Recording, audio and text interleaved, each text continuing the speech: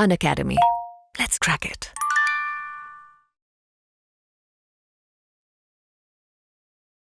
Hello. A very good evening to all of you. This is Devashish Pandey. Once again, welcome you all to Prime Time with Devashish on our channel, जिसका नाम है judiciary world. थोड़ा सा delay हो गया आज के session में, कुछ टेक्निकल इशू थे जिनको हम रिजॉल्व कर रहे थे, जिसकी वजह से थोड़ा टाइम लग गया. But we are back now. Can I hear a yes or no if I am clearly audible and visible to all of you? If I am clearly audible and visible, can I hear a yes or no? If I am clearly audible and visible, can I hear a yes or no? Perfect. Okay, so today we have resolved the voice वाला issue. आज आपको ये जो मेरी आवाज में कल problem आ रही थी वो नहीं आएगी, और वो जो बीप बीप सी साउंड थी वो भी बंद हो गई है. तो I hope you have a better experience today. Okay, so let's start with our session without any further delay. Welcome you all to the next session of Prime Time with Devashish, in which we are discussing with the past year papers of the UPPCSJ exam. UPPCSJ का exam कब आएगा इसके बारे में बहुत ज्यादा clarity नहीं है, लेकिन जिस हिसाब से बातें चल रही हैं उस हिसाब से उम्मीद है कि इस महीने मतलब नेक्स्ट मंथ दिसंबर में आ ही जाना चाहिए. So in that light we have started this past year paper series, जिसके अंदर हम समझने की कोशिश कर रहे हैं कि यूपी में किस तरह के सवाल पूछे जाते हैं, ताकि जब आप अपनी तैयारी करें तो आप अपनी तैयारी को उस तरीके से स्ट्रीमलाइन कर सकें. कुछ टेकअवेज थे हमारी पिछली क्लासेस के, जैसे हमने देखा था कि अमेंडमेंट्स पे क्वेश्चन आ रहे हैं, केस लॉ पे आ रहे हैं, इंडेक्स बेस्ड क्वेश्चन तो ही है, रीसेंट केस लॉस पे क्वेश्चन आ रहे हैं, और सारे ही सब्जेक्ट में केस लॉ से क्वेश्चन आ रहे हैं. तो ये सब चीजें हमने समझी थी. आज उसी चीज को, उसी एनालिसिस को आगे ले जाएंगे with the next set of RGS की वैकेंसी. कार्तिक जी यार, वैकेंसी के बारे में देखो सही बताएं तो किसी को बहुत क्लियरली पता नहीं होता है. हम सब लोग र्यूमर्स पे और कुछ प्रेसिडेंट्स के आधार पे डिसाइड करते हैं. ऐसा सुनने में आ रहा है कि मार्च अप्रैल में पेपर होगा राजस्थान का, तो अभी टाइम है. हो सकता है दिसंबर में सुनने को मिले, हो सकता है जनवरी में वैकेंसी नोटिफाई हो प्रॉपरली, मतलब फॉर्म वगैरह निकले. There is a possibility. तो अभी एक बार को तैयारी रखो अपनी, आएगा. ठीक है, चलो शुरू करते हैं अपने सेशन के साथ. मेरे बारे में आप सब लोग जानते हो, कोई भी बताने की जरूरत नहीं है. प्लस के बेनिफिट्स हैं live classes, weekly test, structured course, unlimited access. Plus का अपग्रेडेड वर्जन आइकॉनिक कहलाता है, जहां पे आप कुछ ले सकते हैं. चलिए जी, पहला क्वेश्चन कॉन्स्टिट्यूशन का ये रहा आपकी कंप्यूटर लैपटॉप स्क्रीन पर. By which of the following amendment 1/3 of the seat in village panchayat has been reserved for women in India? बताइए. इस पे मैं आपके कमेंट्स देख लेता हूं, क्योंकि उसपे बहुत देर से आते हैं आपके कमेंट्स. फटाफट से आंसर देना. आज बहुत सरल सवाल है. वैसे तो यूपी में सरल सवाल ही आते हैं, लेकिन आज ज्यादा सरल है, तो आप प्लीज थोड़ा सा जल्दी जल्दी आंसर करिए. गुड इवनिंग सभी को, गुड इवनिंग. बताइए कौन से अमेंडमेंट एक्ट से पंचायत में 1/3 सीट्स विमेन के लिए रिजर्व करी गई हैं? कोई नहीं बता रहा है. ऐसे कैसे चलेगा? कोई भी नहीं बताएगा. 73rd amendment act. 73rd amendment act ने out of the total number of seats to be filled by direct election 1/3 have to be reserved for women according to the 73rd amendment. तो अमेंडमेंट्स का role UP के paper में अच्छा खासा है, तो sir आप नोट कर लीजिए. आपने कई जगह अमेंडमेंट्स के क्वेश्चन देखे, एक क्रोनोलॉजी वाला आया था, एक ये आया है, तो 2-3 क्वेश्चन आपको अमेंडमेंट्स के लगातार मिल रहे हैं. तो अमेंडमेंट्स आपको अच्छे से करने हैं. रीसेंट अमेंडमेंट तो सबसे ज्यादा करने. विच of the following is not a federal feature of the Indian constitution? बिल्कुल सिंपल है. फेडरल स्ट्रक्चर आप समझते हो कि 2 पावर सेंटर्स होते हैं, उसको अपन फेडरल स्ट्रक्चर बोलते हैं. फेडरल स्ट्रक्चर में फेडरल स्ट्रक्चर को मेंटेन करने के लिए कुछ चीजें जरूरी होती हैं. देखो, अगर आप फेडरल स्ट्रक्चर और यूनिटरी स्ट्रक्चर को बेसिक से समझने की कोशिश करोगे तो उसमें कोई प्रॉब्लम नहीं आएगी. फेडरल स्ट्रक्चर की जितनी भी चीजें होती हैं वो सब नेसेसरी होती हैं in order that 2 power centres operate. इसका आंसर है single citizenship. Single citizenship will not be a feature of federal structure. आपको समझना है कि फेडरल स्ट्रक्चर होता है तो distribution of power between centre and state होती है. अब जब डिस्ट्रीब्यूशन ऑफ पावर होगी तो बार बार कंफ्लिक्ट आएगा कि मेरा क्या राइट है, आपका क्या राइट है, आपके पास क्या पावर है, मेरे पास क्या पावर है. तो उन चीजों को सॉल्व करने के लिए कॉन्स्टिट्यूशन का रिटन होना जरूरी होता है, क्योंकि दो पावर सेंटर्स हैं, दोनों में कंफ्लिक्ट रहेगा कि ये हमारी परव्यू में है, दूसरा कहेगा ये हमारी परव्यू में। इंडिपेंडेंट जुडिशरी, एक इंडिपेंडेंट जुडिशरी इन दोनों के कंफ्लिक्ट को रिजॉल्व करने के लिए जरूरी है इन अ फेडरल स्ट्रक्चर। देखो यूनिटरी स्ट्रक्चर होता है तब ये सब चीजों की जरूरत नहीं है, लेकिन अगर फेडरल स्ट्रक्चर है तो फेडरल का मतलब ही है कि दो पावर सेंटर होने चाहिए। अब जो दो पावर सेंटर होंगे तो उनके बीच में जितने भी कंफ्लिक्ट्स आएंगे उनको रिजॉल्व करने के लिए जो एसेंशियल चीजें होती है वही फेडरलिज्म की एग्जाम्पल्स होते हैं या फेडरलिज्म के एसेंशियल्स होते हैं। ये क्या हो गया?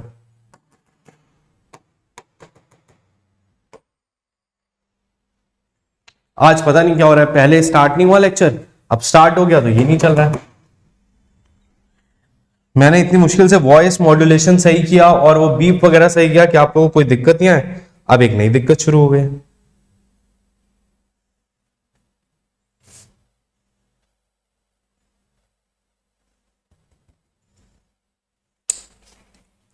आज मुहूर्त ही नहीं है क्लास का।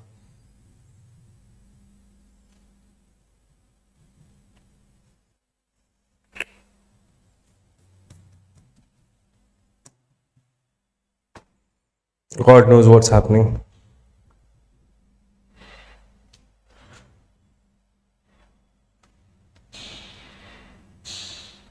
ऑफ भी नहीं हो रहा है।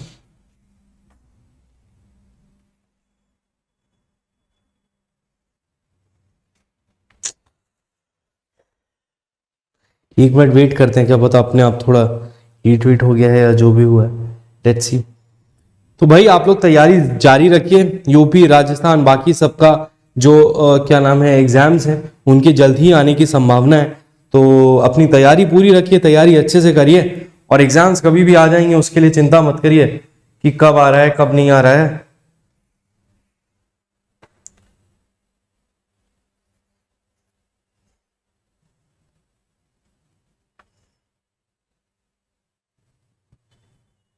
क्या हो गया यार? चलो इसको एक बार बंद करके ऑन करते हैं।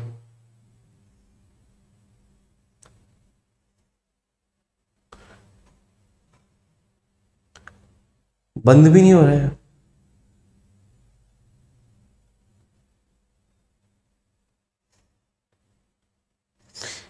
एक बार रुकिएगा, मैं रीस्टार्ट कर रहा हूं, ठीक है? 2 मिनट का मुझे समय दीजिएगा। I am just restarting it, we will be back in 2 minutes. There is some technical glitch, ठीक है? आई विल बी बैक, आप एक बार चेक कर लीजिए, अभी सारी चीजें आएंगी आराम से, ठीक है? Okay, so let's start. तो अपन बात कर रहे थे फेडरलिज्म की। अपन बस आपको ये समझाना चाह रहे थे कि जब हम फेडरलिज्म की बात करते हैं तो फेडरल स्ट्रक्चर में क्योंकि दो पावर सेंटर होते हैं, तो अगर आप ये बात ध्यान रखते हो कि दो पावर सेंटर अगर हैं तो वो दो पावर सेंटर के बीच में कंफ्लिक्ट आएगा और उस कंफ्लिक्ट को दूर करने के लिए जितनी भी चीजें आपको चाहिए वो सारी एसेंशियल्स होते हैं फेडरलिज्म के। ये बात मैं आपको समझाना चाह रहा था। तो आई होप आपको यहां तक की बात, बाकी सब लोग ज्वाइन कर लेंगे, ठीक है? चलिए,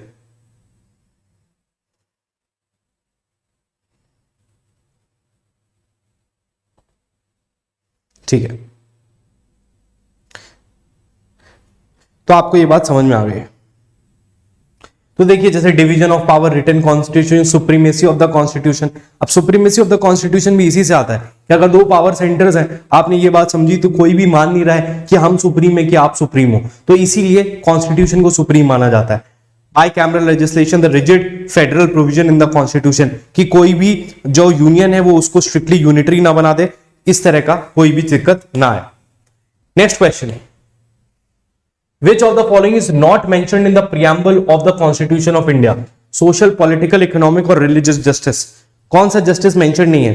वैष्णव ji good morning, good evening to all of you, good evening to everyone.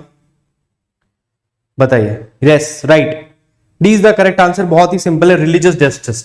Religious justice की बात नहीं करी गई है, तो आपको ये पता है, इसमें कोई दिक्कत नहीं है, ठीक है? बेसिक क्वेश्चन आ रहे हैं, प्रीएम्बल से क्वेश्चन आ रहे हैं। आप देखो इनका सेट पैटर्न है, अगर आप देखोगे तो प्रीएम्बल से क्वेश्चन आएगा, इमरजेंसी से क्वेश्चन आएगा, पंचायत म्युनिसिपैलिटी पे क्वेश्चन आएगा। ये सब क्वेश्चंस लेजिस्लेचर पे भी आता है, इसमें ज्यादा council of ministers, collective responsibility, इस तरह की चीजों पे ज्यादा क्वेश्चन पूछे जाते हैं।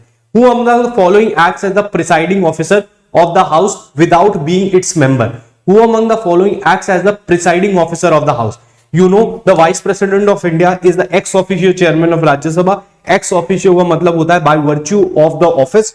इसका मतलब the very fact that he is the vice president of India, he automatically becomes the chairman of Rajya Sabha.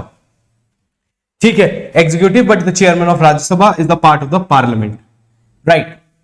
Which one of the following section of Indian Penal Code a conspiracy to wage war against the government of India is punishable? मैंने देखा है generally ये government of India के against वाले जो offences हैं ये ज्यादा पूछे जाते हैं, बाकी भी पूछे जाते हैं, कहने का मतलब ये इस तरह के क्वेश्चन ज्यादा आ रहे हैं। तो आप बताइए next question, under which of the following section IPC a conspiracy to wage war against the government of India is punishable? Index based question है, डायरेक्ट क्वेश्चन है, पता होना चाहिए। 121A conspiracy to commit the offence punishable by section 121। Waging war against the state 121 है, उसकी conspiracy करना 121A। वापस से देखो ABCD वाला अपने लिए इंपॉर्टेंट हो गया, तो जितने भी प्रोविजंस में ABCD लग रहा है वो कहीं ना कहीं आपके लिए ज्यादा इंपॉर्टेंट है। अपन ने 3 से 4 सवाल देख लिए इसी पेपर में जिसमें ABCD लगा हुआ था, वो क्वेश्चंस लगातार पूछे जा रहे हैं। Next question, under section 65 of IPC sentence of imprisonment for non payment of fine shall be limited to. Sentence of imprisonment for non payment of fine, payment of fine नहीं हुआ है तो इंप्रिजनमेंट कितना हो सकता है? What is the maximum length of imprisonment that can be given for the non payment of fine? बहुत ही सिंपल क्वेश्चन, बिल्कुल बेसिक क्वेश्चन, लेकिन कल आपको बताया था कि 50% क्वेश्चन बेसिक मिलेंगे, वहां पे आपकी लड़ाई है ही नहीं, लड़ाई बचे हुए 30 और 20% में है। ठीक है, 1/4, right, 1/4, great. Next, if the offender is sentenced to an imprisonment for a term exceeding 1 year, the term of solitary confinement shall not exceed.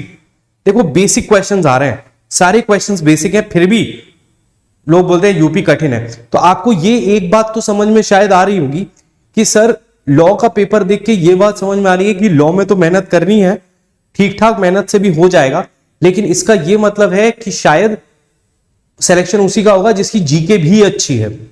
तो यहां पे ये समझ में आ रहा है कि लॉ में बहुत ज्यादा अंतर कोई नहीं कर पाएगा। अगर आपने अच्छी तैयारी करी है तो कोई मैक्सिमम आपसे 5-10 क्वेश्चन ज्यादा कर सकता है जो हाईएस्ट लेके आएगा, लेकिन जीके में वही 15 से 20 नंबर का डिफरेंस हो सकता है क्वेश्चंस का।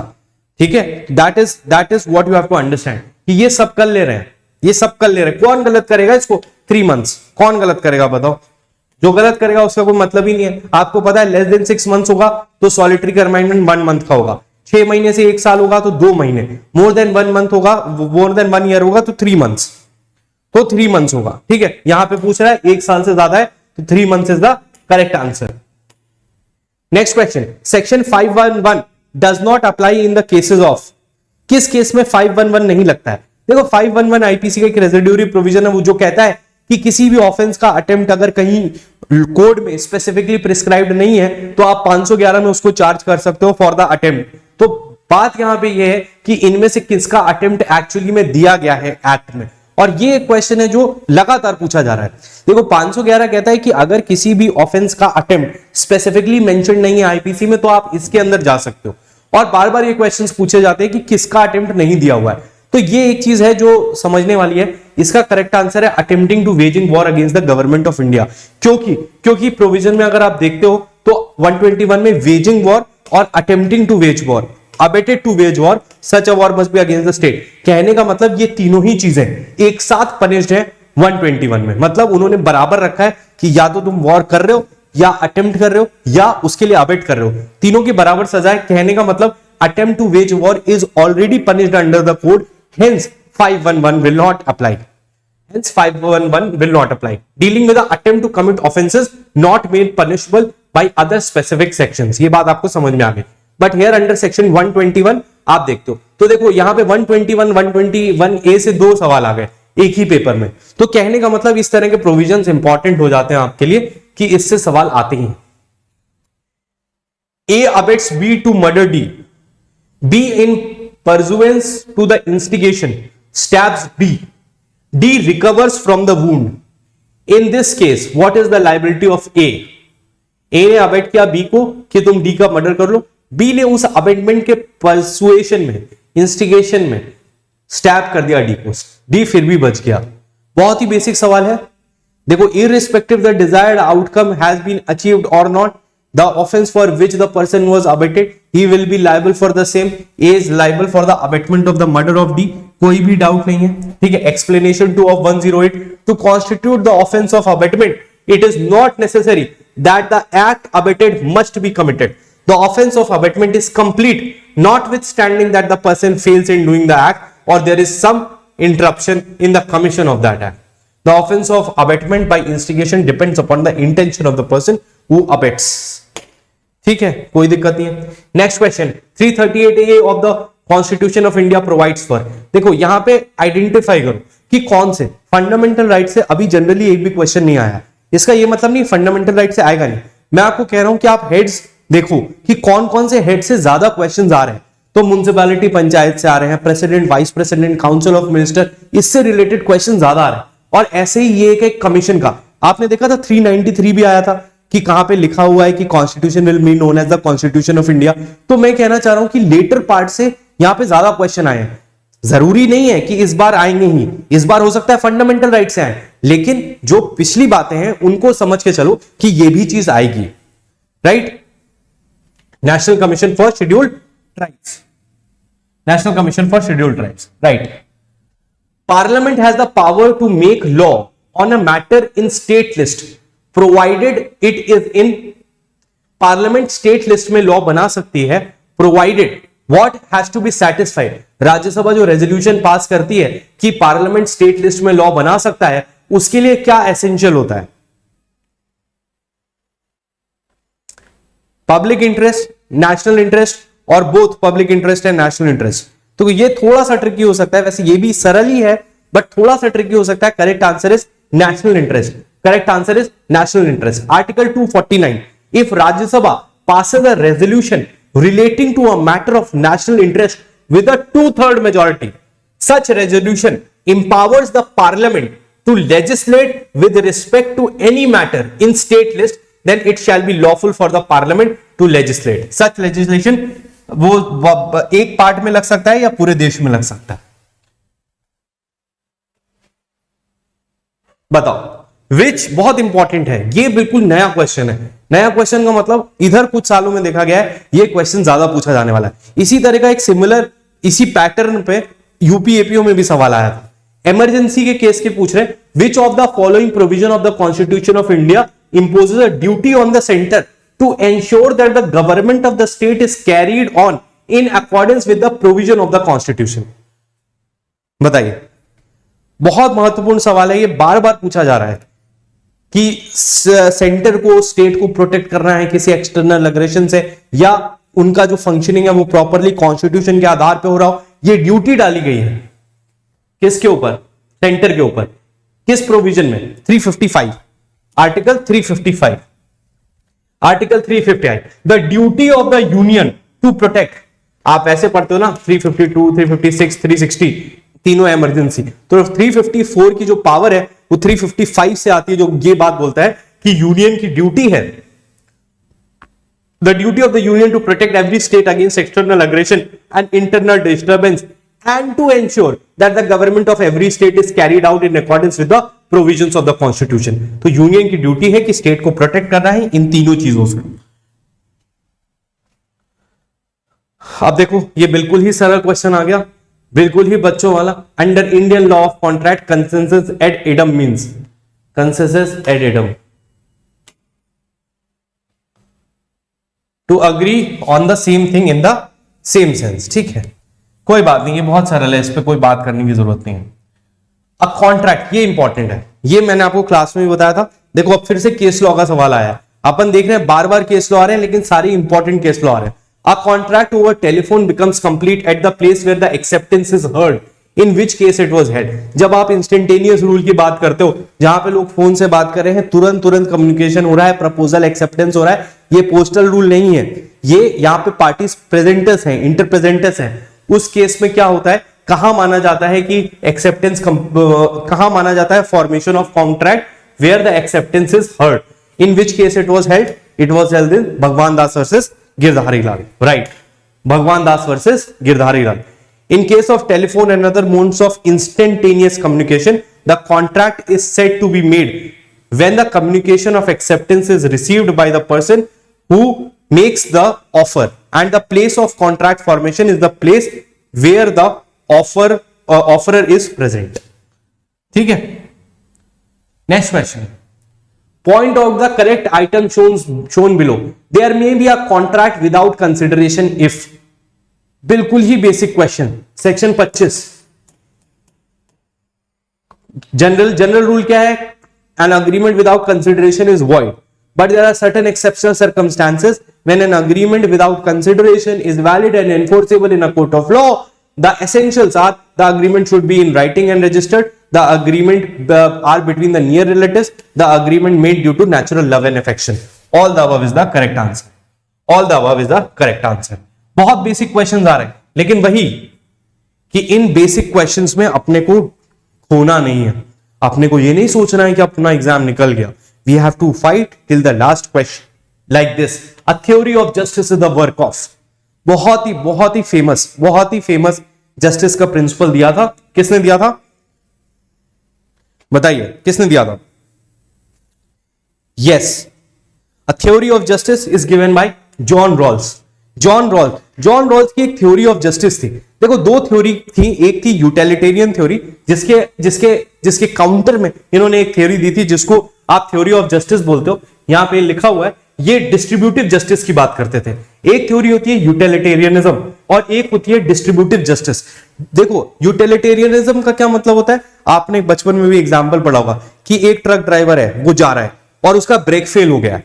अभी दो रास्ते कट रहे हैं और एक तरफ 2 लोग काम कर रहे हैं, एक तरफ 10 लोग काम कर रहे हैं. तो यूटिलिटेरियन अप्रोच ये कहता है कि मैक्सिमम लोगों का आपको बेनिफिट देखना है. उधर 10 लोग हैं, इंसान मरने ही वाला है, तो 2 के ऊपर चढ़ा दो, वो वैलिड है. तो मैक्सिमम बेनिफिट और maximum pleasure of maximum people जो होता है वो यूटिलिटेरियनिज्म का प्रिंसिपल होता है.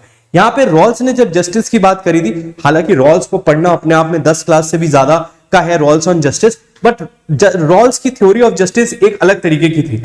वो एक कंसेप्ट ये समझाता था सबसे पहले तो कि हर एक इंसान का जब जन्म होता है तो वो एक नेचुरल लॉटरी के थ्रू होता है. कहने का मतलब उसका ये कहना था कि लोग बराबर नहीं है. किसी इंसान का जन्म अंबानी के घर में हो रहा है, किसी का किसी रिक्शे वाले के हो रहा है. किसी की बॉडी इस तरह से बेटर एक्वेंटेड है कि वो कोई काम कर सकता है. उसने बोला कि जब आप रेस का एग्जाम्पल लेते हो, कोई दौड़ भी रहा है, तो उसमें आप ऐसे मत करो कि कौन बेहतर दौड़ रहा है, बिकॉज सबका बॉडी स्ट्रक्चर अलग होता है और वो जो उनको उस हिसाब से मिला हुआ है जिसकी वजह से वो चीजों को कर पा रहे. इस तरह के रिलेशन में उसने समझाया था डिस्ट्रीब्यूटेड जस्टिस को लेकर. बट चलो यहां पे आपको सिर्फ इतना, अब वो जब होगी ज्यूरिस्प्रूडेंस की क्लास तब समझाएंगे. But Rawls theory of justice John Rawls के द्वारा दी गई है. 1971 work of political philosophy and ethics by philosopher John Rawls. ठीक है, रॉल्स ऑन जस्टिस बहुत अच्छा है. Which of the following is the main propounder of declaratory theory of judicial precedent?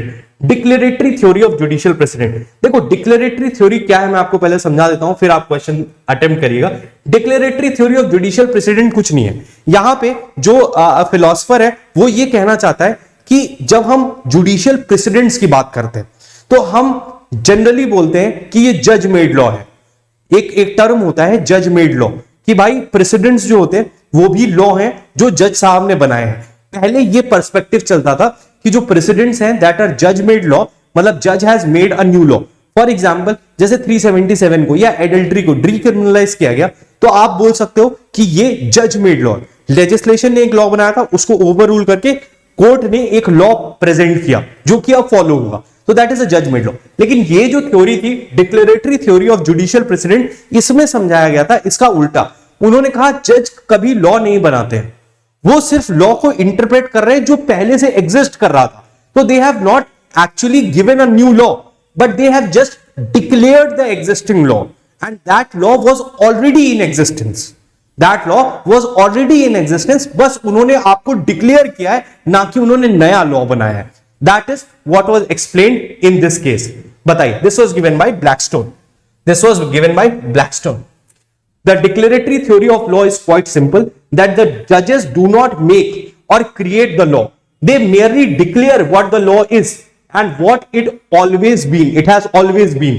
The declaratory theory of law has often been used by the members of judiciary and constitutional lawyers as a shield against the acquisition of the other that जजेस create law.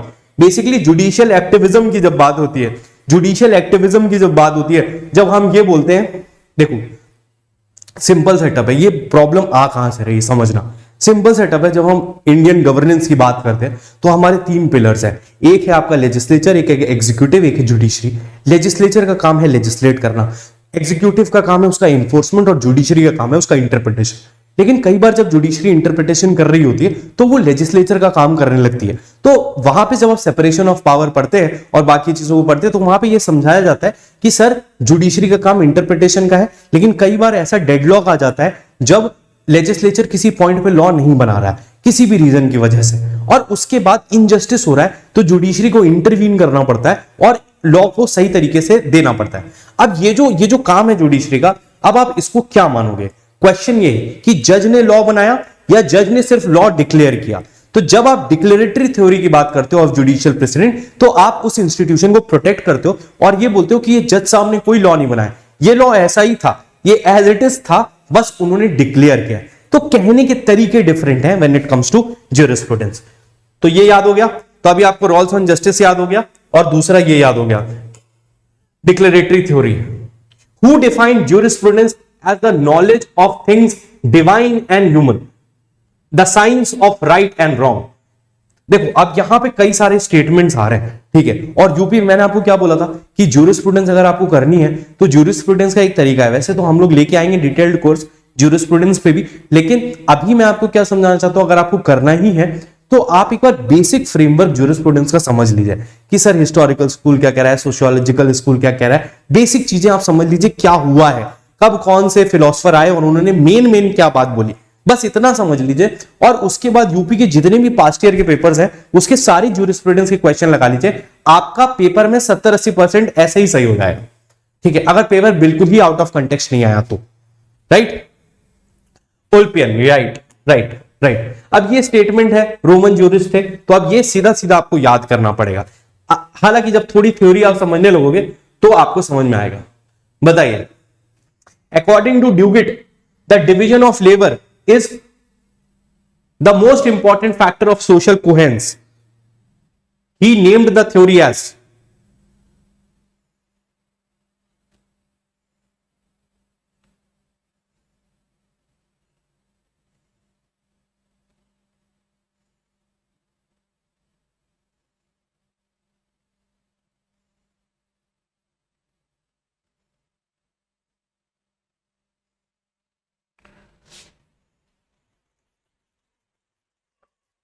ठीक है, yes right, it is known as social solidarity, ये Duguit ने कहा था। इसने कहा था division of labour is the most important fact या फेसेट ऑफ सोशल कोहेशन। मतलब अगर आपको सोशली लोगों को ग्रुप में ज्वाइन करना है तो जो डिवीजन ऑफ लेबर है वही बेसिक चीज है। नहीं, सोशल इंजीनियरिंग नहीं, ये तो रॉस्को पाउंड ने कही थी, सोशल इंजीनियरिंग इसके बारे में नहीं, हमको सोशल सॉलिडारिटी के बारे में जाना है। Social solidarity is the spirit of oneness. The term social solidarity represents the strength, cohesiveness, mutual consciousness, and viability of the society. Leon Dugit's social solidarity explained the interdependence of men from his other fellow men. No one can remain without depending on the other man. Therefore, the social interdependence and cooperation are very important for human existence. ठीक है, तो इन्होंने भी वही अपना समझाया कि यार अगर सोसाइटी को आगे बढ़ना है, कुछ अचीव करना है, तो एक दूसरे पे डिपेंडेंस जरूरी है। इस डिपेंडेंस को हमें मानना पड़ेगा, इस डिपेंडेंस को हमें समझना पड़ेगा, और जितना ज्यादा हम लोग इंटरडिपेंडेंट होने में कंफर्टेबल होंगे उतना हम सोसाइटी को बेटर कर सकते हैं। ये ड्यूगिट साहब ने समझाया था। Possession in law according to Salmond is, ये जो पोजेशन इन लॉ, पोजेशन और ये सब चीजों पे आता रहता है, ठीक है, इसको भी समझेंगे। Possession in law means possession in law and in fact. Possession in law and possession in fact. Possession को in itself एक समझना पड़ेगा, jurisprudence का एक पूरा टॉपिक है possession, उसको अपन समझेंगे। According to Salmon, there are two forms of possession: possession in fact and possession in law. Possession in fact का मतलब होता है physical possession, और in law का मतलब होता है corpus possession, मतलब law recognize कर रहा है कि आपका possession है।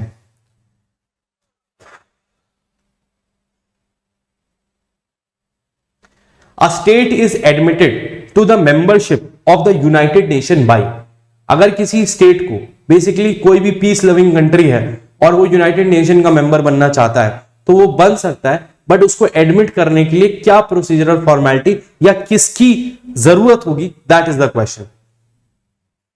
Who appoints or admits any state? Right, the general assembly after the approval of the security council. Right. Membership in the organization in accordance with the Charter of the United Nations is open to all peace-loving states that accept the obligations contained in the United Nations Charter and in the judgment of the organization are able to carry out these obligations. States are admitted to the membership by a decision of the General Assembly upon the recommendation of the Security Council. तो इसमें तीन तरह के question बनते हैं, जो अपन ने last वाले पेपर में किया था. उसमें क्या था, पूछा गया था कि रिकमेंड कौन करता है, स्टेट को एडमिट करने के लिए रिकमेंड कौन करता है, तो रिकमेंड सिक्योरिटी काउंसिल करता है. एडमिट कौन करता है, जनरल असेंबली करता है. General assembly upon the recommendation of security council. तो ये 2-3 अलग अलग तरह के क्वेश्चन इस चीज से बनते हैं. Next, the party to a dispute claiming a custom has to prove it. This was held by the International Court in the case of the party to a dispute claiming a custom has to prove it. देखो simple सी बात है, ये आपने evidence act में पढ़ा ही होगा. One who assert has to prove. तो अगर कोई पार्टी प्रूफ कर रही है, कोई कंट्री प्रूफ कर रही है कि ये कस्टम है जो एग्जिस्ट करता है, तो जो बर्डन ऑफ प्रूफ है वो उसी पार्टी पे है to prove that the custom existed. तो ये केस है आपका ये वाला असाइलम केस. हाँ सॉरी, मैं भी कंफ्यूज हो गया था. The court held that Colombia did not establish the existence of a regional custom because its failed to prove the consistent and uniform usage. अभी कस्टम्स के बारे में भी थोड़ा सा पढ़ना पड़ता है, जब आप चाहे ज्यूरिस्प्रूडेंस पढ़े, चाहे इसमें पढ़े, इंटरनेशनल लॉ में पढ़े, कहीं पे भी कस्टम्स के लिए सबसे इंपॉर्टेंट चीजें होती है कि वो कंसिस्टेंट और यूनिफॉर्म यूसेज. ये बहुत ही इंपॉर्टेंट कीवर्ड है जब भी आप कस्टम्स के बारे में पढ़ते हैं कि कंसिस्टेंस एंड यूनिफॉर्म यूसेज, तभी कस्टम को रेलेवेंट माना जाता है. ठीक है. Next question, who among the following doubted the legal character of international law. Basically उन्होंने कहा कि इंटरनेशनल लॉ की इन्फोर्सेबिलिटी नहीं है. देखो इंटरनेशनल लॉ के साथ प्रॉब्लम तो है ही है, मैंने आपको बताया था कि कंट्रीज अपने आप में सोवरेन है, मतलब उनके ऊपर कोई भी फॉरेन कंट्रोल एग्जिस्ट नहीं करता है. वो इंटरनेशनल ऑर्गेनाइजेशंस में आते हैं जब वो कहते हैं कि वो अपनी सोवरेनिटी को कुछ हद तक प्रिजुडिस करने के लिए तैयार है. लेकिन जब भी स्टेट का इंटरेस्ट आता है तो उस स्टेट अपना इंटरेस्ट पहले रखता है. सिंपल सी बात है. जैसे अगर कोई मैंने आपको एग्जांपल भी दिया था कि अगर रेजोल्यूशन मान लीजिए कोई आया यूनाइटेड नेशंस में या कहीं पे भी कि भाई कार्बन एमिशन कम करना है, तो हम इस बात को मानते हैं. इंडिया अगर एक कंट्री है वो मानती है कि हमें ग्रीन हाउस गैसेस के इफेक्ट को कम करना है या कार्बन एमिशन कम करना है, लेकिन हमारा डेवलपमेंट भी तो जरूरी है. बात आप समझो, जो डेवलप्ड नेशन है, अमेरिका है, ब्रिटेन है, या आपका चाइना है, या फ्रांस है, या जर्मनी है, वो डेवलप्ड नेशन है. उनको जितना कार्बन एमिशन करना था वो कर चुके, उन्होंने सब कुछ डेवलप कर लिया. अब जब हमारी बारी आई डेवलप करने के लिए, तब वो कह रहे हैं अब कोई नहीं करेगा. अरे ये कैसी इक्वालिटी की बात हुई? कहने का मतलब हम उसको कम करने के लिए तैयार हैं, लेकिन अपनी पूरी सोवरेनिटी को कॉम्प्रोमाइज नहीं कर लेंगे. और हर एक नेशन अपना सोवरेन नेशन है, वो वर्ल्ड पीस के लिए साथ आता है, लेकिन एक पॉइंट तक. ठीक है, अपना इंटरेस्ट बहुत ज्यादा वो प्रेजुडिस नहीं कर सकते. ये कहा था हॉलैंड ने, ये कहा था sir Thomas Holland, a British jurist and theorist. According to him, the law governing the international community is at the vanishing point of jurisprudence. ये बहुत इंपॉर्टेंट लाइन है, बार बार पूछी जाती है कि international law is at the vanishing point of jurisprudence. Believe that jurisprudence and international law are the opposite sides of the spectrum and can never meet. ये भी important है, वैनिशिंग पॉइंट ऑफ jurisprudence बार बार पूछा जाएगा. Who can file a suit under section 91 of CPC for public nuisance?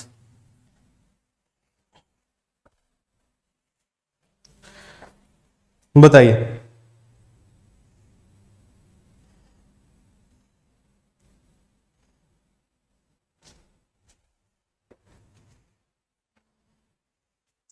Right.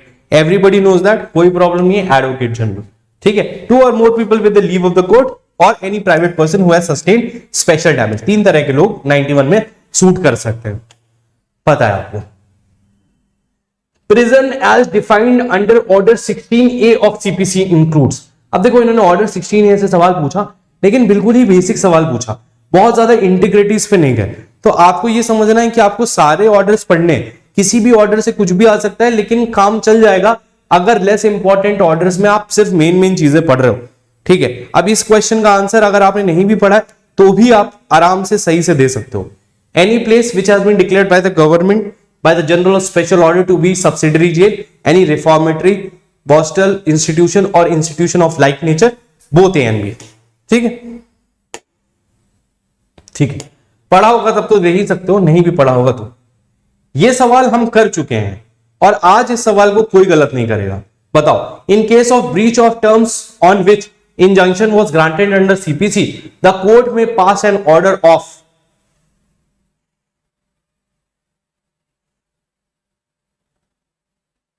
बताइए, फटाफट बताइए। 26।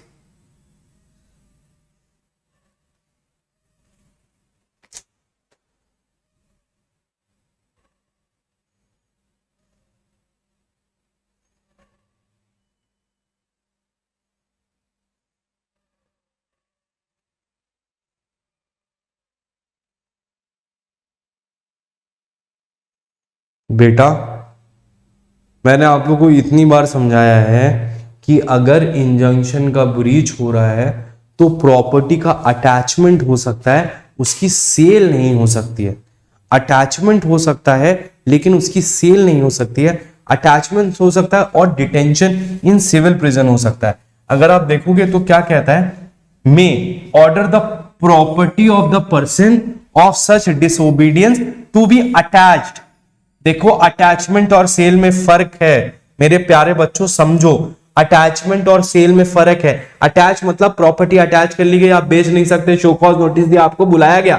Cell का मतलब है अटैच करके आप बेच भी सकते हो अगर क्लेम बाकी चीजें नहीं हुई, यहां पे सिर्फ अटैच कर सकते हो।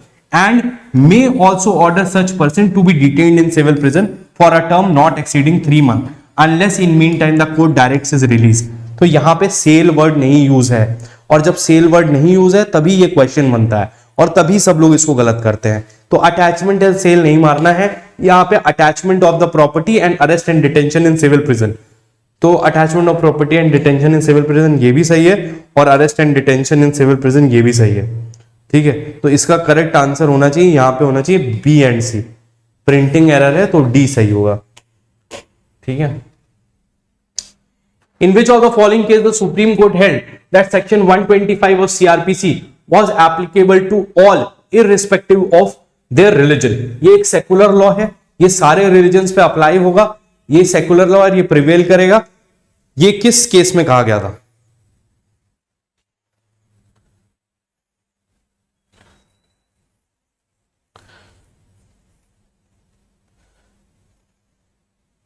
ठीक है, मोहम्मद अफजद खान से शाह बानो बेगम। तो देख रहे हो यहां पे सोशल इश्यूज से रिलेटेड चीजें ज्यादा पूछी जा रही हैं।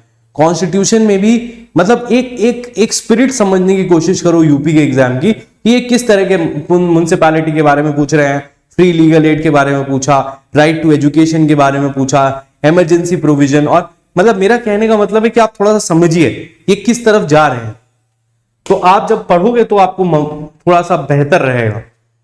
ठीक है, next question, a civil proceeding which is not compoundable. ये क्वेश्चन हम कर चुके हैं शायद कल की ही क्लास में। A civil proceeding which is not compoundable can be quashed by, ये हम कर चुके हैं, है ना, हाई कोर्ट। हाँ, इनहेरेंट पावर। ठीक है, under which of the following section of CrPC trial of the case can be taken before the high court. बताइए, और उसमें यह भी लिखा हुआ है कि high court court of session trial के जो प्रोसीजर उसको अप्लाई करके ट्रायल करेगी। बताइए, नेक्स्ट बताइए 29th।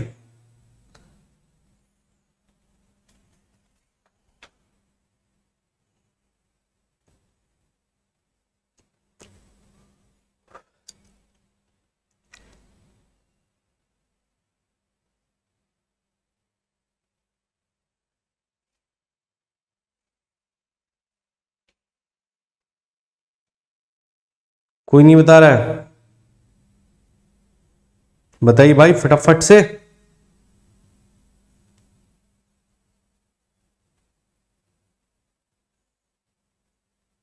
और कोई 483 के अलावा कोई और है? 474, right right right. 474, trial before the high courts when an offence is tried by the high court otherwise than under section 407 it shall, if the offence use the same as of the court of session. Last question of the day, बताइए। Who cannot tender pardon to an accomplice under 306 of CRPC? Who cannot tender pardon?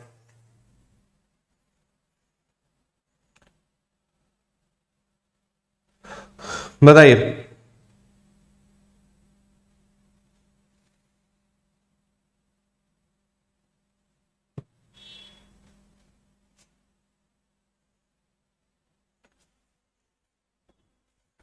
Very easy, executive magistrate.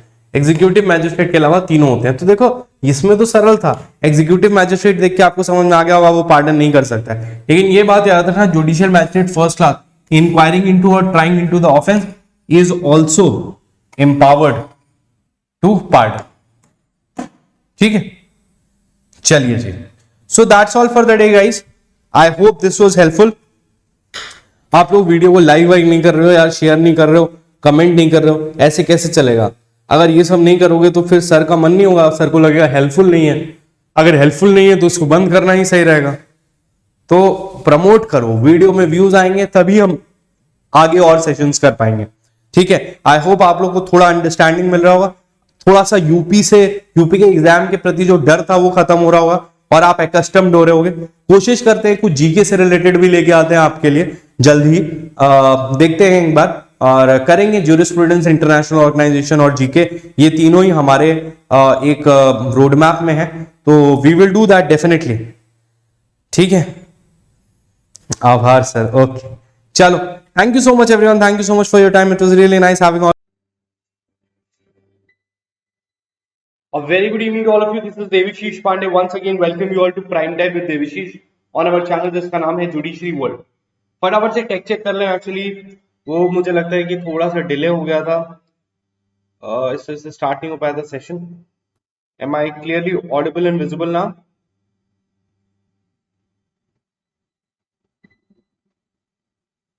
Audio video clear है, so that we can begin with the session.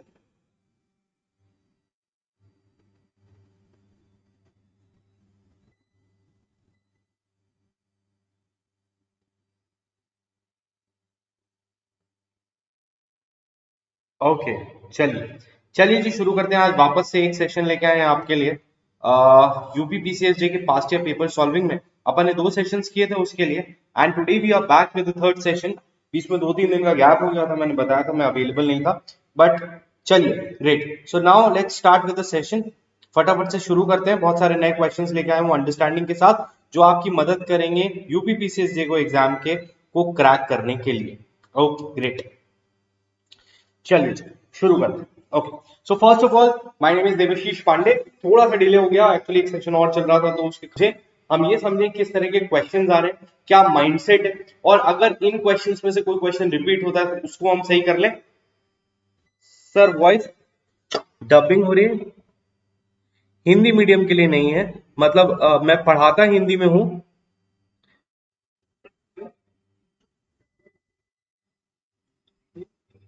अभी सही आएगी मेरे हिसाब से, अभी voice clear है? Hello hello, eco हो रहा है वॉइस, थोड़ा हो रहा है कि ज्यादा हो रहा है? कभी कभी ये अपने आप होने लगता है दोनों, और वो अपने आप सही भी हो जाता है थोड़ी देर बाद। थोड़ा सा मैनेज कर लो, चलो थोड़ा सा मैनेज कर लो। क्वेश्चन इंपॉर्टेंट है, आवाज को थोड़ी बहुत ऊपर नीचे से चेक करवा दूंगा। ठीक है, चलिए पहला question, change of the nature of the obligations in a contract is known as. अगर किसी कॉन्ट्रैक्ट में नेचर ऑफ ऑब्लिगेशंस चेंज हो जाते हैं तो उस फिनोमिना को या उस चेंज को क्या नाम दिया गया है इंडियन कॉन्ट्रैक्ट एक्ट में? That is the question. A rescission, B novation, C renovation और डी ऑल्टरेशन। देखो रिनोवेशन जैसा तो कोई वर्ड है ही नहीं, कॉन्ट्रैक्ट एक्ट के कंटेक्स्ट में यहाँ पे होगा नोवेशन। आपको पता है कि ये तीनों ही और एक तरह के ऑल्टरेशन होते हैं जो आपके एक्ट आपके कॉन्ट्रैक्ट में ओरिएंटेशन कोई भी चेंजेस लाते हैं, बट जब पूरे नेचर ऑफ द ऑब्लिगेशंस को चेंज हो रहा हो, नया कॉन्ट्रैक्ट बन रहा हो, तो आपका वो नोवेशन होता है section number 62 of contract act में। बहुत ही सिंपल क्वेश्चन है। When a contract is novated, the original contract ceases to exist and the parties have to follow the new contract. इसको हम डिस्चार्ज ऑफ कॉन्ट्रैक्ट की परिभाषा में भी पढ़ते हैं कि अगर किसी भी कॉन्ट्रैक्ट का नोवेशन हुआ, यानी पुरानी कॉन्ट्रैक्ट की जगह एक नया कॉन्ट्रैक्ट आया है और नेचर ऑफ ऑब्लिगेशंस को चेंज कर दिया गया है, in that case the previous contract जो फर्स्ट कॉन्ट्रैक्ट था that stands discharge and you need not to perform that, right. चलो ठीक है, सेक्शन 62 की रिक्वायरमेंट्स क्या है ये मैं पहले भी आपको बता चुका हूं। नोवेशन से रिलेटेड क्वेश्चंस जनरली पूछे जाते हैं प्री में, ठीक है। Next question, under section 68 of the Indian contract act the minor, quasi contracts के बारे में पूछ रहे हैं कि अगर माइनर के लिए नेसेसिटी सप्लाईज की गई है तो उस केस में माइनर की लायबिलिटी क्या होगी, दैट इज द क्वेश्चन, बताइए।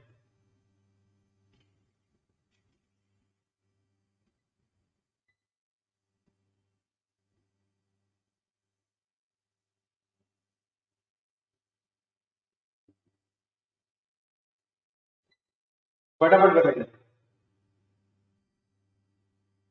ठीक है, 73 का B, only minors property is liable, right. Supply of necessaries में सेक्शन 68 में कहता है कि reimbursement is permitted from the property or state, the minor is not personally liable, the reimbursement can be claimed और any application can be made only with reference to the property of the minor. ये बात आप सब लोग जानते हैं। Next question, continuing guarantee, index based question वापस से आए और जनरली ये देखा गया है कि जो 75 के बाद के पार्ट है और बेसिकली आपका गारंटी हुआ, इंडेमनिटी हुआ, ये जितने भी पार्ट है इनमें से इंडेक्स बेस्ड क्वेश्चन ज्यादा पूछे जाते हैं। डेफिनेटली इलस्ट्रेशन बेस्ड क्वेश्चंस भी आ रहे हैं जो आपके बेयर एक्ट में दिए हुए हैं, वो आपके लिए इंपॉर्टेंट है, लेकिन साथ में इंपॉर्टेंट है इंडेक्स बेस्ड क्वेश्चन। और कंटिन्यूइंग गारंटी एक ऐसा क्वेश्चन है जो अक्सर पूछा जाता है, बहुत ही सिंपल है, सीरीज ऑफ ट्रांजैक्शन के लिए लगता है, section number 129। Very good. A guarantee which extends to a series of transaction is called a continuing guarantee. Next question. Match the following list. नीचे वाला मैं लिख रहा हूं, अब देखना।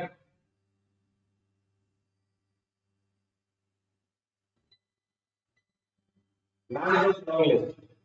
Doctrine of frustration, special damages, anticipatory breach और cross offer, बताइए। 75 का मैचिंग करनी है। देखो फिर से इंपॉर्टेंट केस लॉस पूछे जा रहे हैं, तो केस लॉस तो यूपी में भर के आ रहे हैं, ये बात बिल्कुल सही है, लेकिन जनरल केस लॉस पूछे जा रहे हैं, इंपॉर्टेंट केस लॉस पूछे जा रहे हैं, कहीं मैचिंग में दे रहे हैं, कहीं कहीं और दे रहे हैं, बट केस लॉस का एक अच्छा पार्ट है जो यूपी पीसीएस जे के एग्जाम में आता है।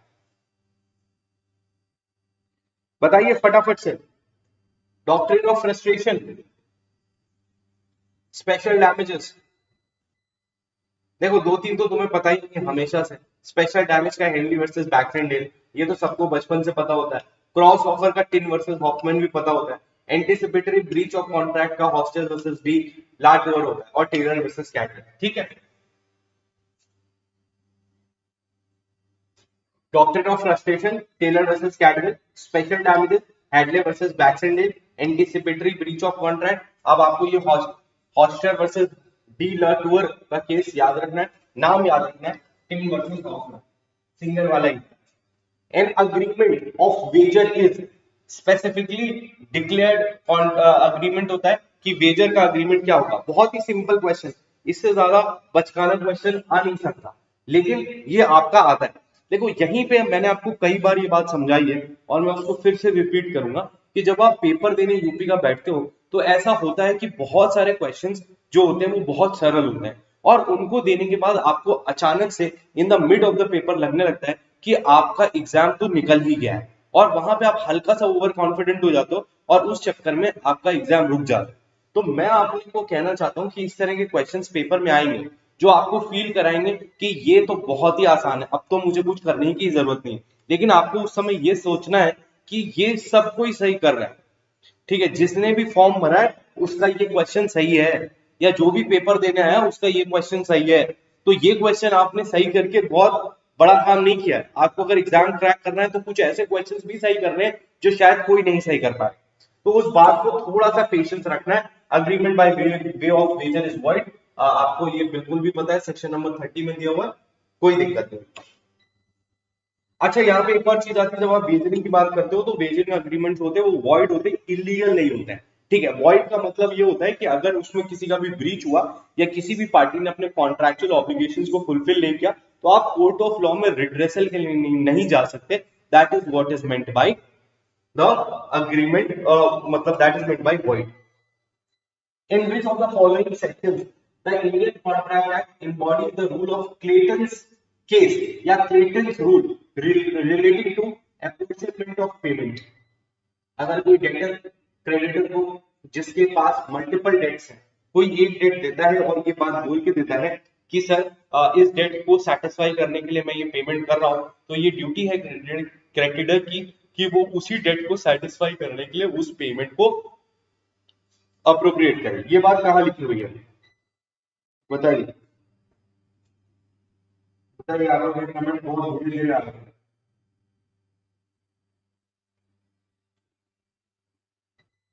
कोई और बता रहा है? Correct answer is section 59। अब ये इंपॉर्टेंट है समझना कि अपना सेक्शन 59 इंडियन कॉन्ट्रैक्ट एक्ट में सेट किया गया है कि क्लेटन्स रूल में ये चीजें होंगी। एक और चीज इंपॉर्टेंट है कि जो क्लेटन्स रूल का केस है उसका नाम क्या है? उसका नाम है ये Devaynes versus Noble, Devaynes versus Noble, also known as Clayton's case। तो कभी पूछा जा सकता है which case is popularly known as Clayton's case और which case derived the Clayton's rule। तो ये केस भी पता होना चाहिए, इंपॉर्टेंट है। It was held that the debtor can request the creditor to appropriate the amount to any of the debt in case he owes to the creditor several distinct debts। If the creditor agrees to it, then he is bound by it, right? He is bound by it। Next question, बहुत ही सरल question, कितने साल तक की सजा दे सकते हैं? That is the question. अब वही बात आ गई ना कि जैसे ये पिछले क्वेश्चन में कई लोग गलती कर रहे थे, 60 61 लगा रहे थे। अब यहाँ पे ये क्वेश्चन सबको पता है, तो ये आपको कॉन्फिडेंस देगा कि हाँ लगाना ही है। सर की वॉइस सही नहीं आ रही है। चलो एक बार रुको, मैं वापस से रिकनेक्ट करता हूँ, एक सेकंड रुकना जरा। कुछ तो दिक्कत आ रही है इसमें, आई अंडरस्टैंड योर पॉइंट। एक बार मैं वापस से ट्राई करता हूँ, अगर ये हो जाता है तो ठीक है, वरना फिर अपने को फिर क्लास कल करना पड़ेगा।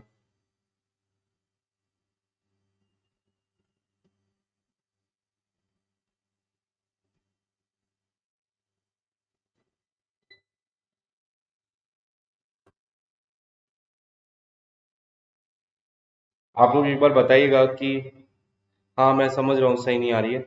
अभी अभी ठीक है क्या? बेटर है थोड़ी?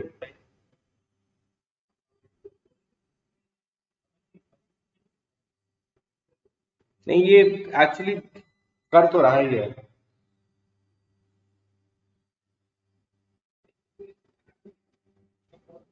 हेलो हेलो हेलो,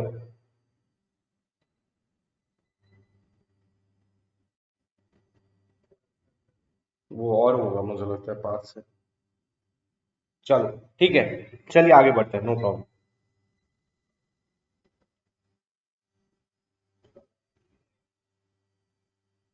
ठीक है, चलिए नेक्स्ट देखते हैं। तो इसका आंसर आपने क्या बताया? ठीक है, 7 years, राइट? Imprisonment 7 years। ठीक तो नहीं हुआ है, इसको ठीक करवाता हूं मैं कल, बट चलो up to 7 years, right.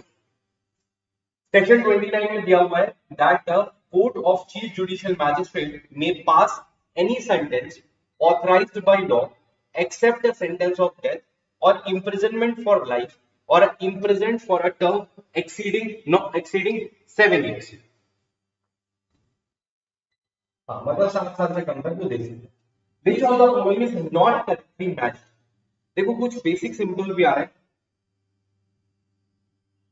Sir ji cap में बढ़िया लग रहा है। हाँ कैप मजबूरी में लगानी पड़ रही है, ऐसा कोई शौक में नहीं लगा रहे।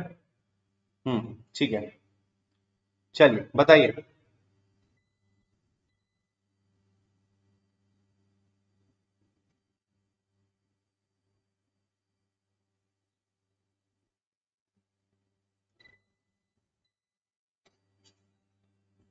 राइट, 79 का डी, 357 ए है जो विक्टिम कॉम्पनसेशन स्कीम की बात कर रहा है, बाकी सारे सही आ रहे हैं। तो देखो इन्होंने अभी, देखो जब यूपी में अपना निगेटिव मार्किंग भी है, तो हम ये बात तो थोड़ा बहुत हद तक प्रिज्यूम कर सकते हैं कि बहुत ज्यादा डिफिकल्ट क्वेश्चंस बहुत ज्यादा नहीं आएंगे। दो चार क्वेश्चन हो सकते हैं जो डिफिकल्ट हो, बहुत ही ज्यादा आउट ऑफ कंटेक्स्ट हो, but majority of the questions जो है वो जनरल आ रहे हैं। लेकिन इंपॉर्टेंट ये है कि इन जनरल क्वेश्चंस को आपको गलत नहीं करना। जैसे ये भी क्वेश्चन है, ये सबको पता ही होता है, लेकिन इंपॉर्टेंट ये है कि इस तरह में कोई भी सिली मिस्टेक ना हो या कोई भी ऐसी गलती ना हो जिसकी वजह से अपने को उसकी भरपाई करनी पड़े। A criminal proceeding which is not compoundable, एक ऐसी क्रिमिनल प्रोसीडिंग जो कंपाउंडेबल नहीं है, कैन बी क्वैश्ड बाय, कौन इसको क्वैश कर सकता है? एक criminal proceeding which is not compoundable can be quashed by, बताइए।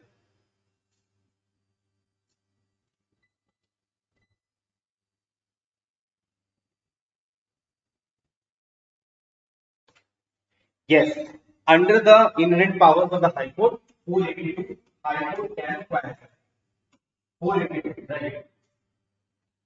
सुप्रीम कोर्ट ने ये जजमेंट में कहा है कि high court can quash criminal proceeding exercising inherent power under section 482 of CrPC even if the offence are not compoundable by bearing in mind the nature of the offence and the voluntary settlement of the dispute between the parties.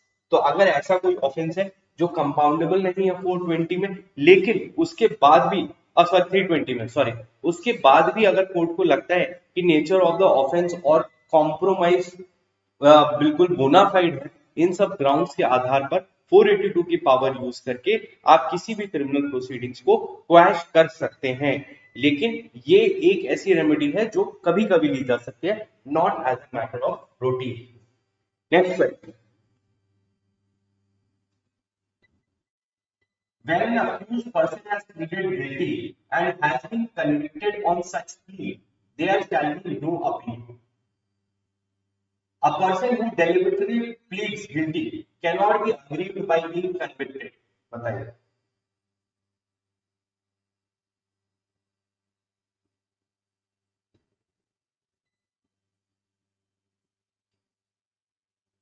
बताइए फटाफट। Right. The correct answer here is A. Both A and R are true, and R is the correct explanation of A. ये बात सच है कि अगर accused ने plead guilty किया है और वो convict हो जाता है 375 के अकॉर्डिंग, तो उस पे कोई अपील नहीं लाई करती है। और अपील नहीं लाई करने का कारण यही है कि अगर आपने गिल्टी प्लीड किया है, तो आपने, अगर आप डेलिबरेटली गिल्टी प्लीड कर रहे हैं, तो आप अग्रीव्ड नहीं हो सकते बाय द conviction, right?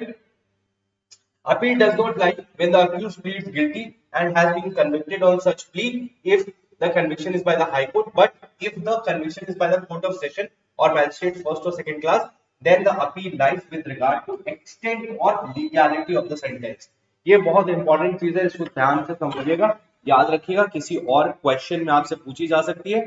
बात ये है कि अगर हाई कोर्ट के अलावा court of session first class या सेकंड क्लास ने कोई भी कन्विक्शन किया है on the plea of guilt, तो ये बात तो सही है कि वो कन्विक्शन के अगेंस्ट अपील नहीं कर सकता, लेकिन लीगैलिटी ऑफ सेंटेंस या एक्सटेंट ऑफ सेंटेंस कि उसका कन्विक्शन तो ठीक है, बट सेंटेंस कितना होना चाहिए कितना नहीं होना चाहिए, उसके लिए अपील किया जा सकता है अगर कोर्ट ऑफ सेशन या magistrate first class second class के द्वारा ये कन्विक्शन किया गया है तो, right.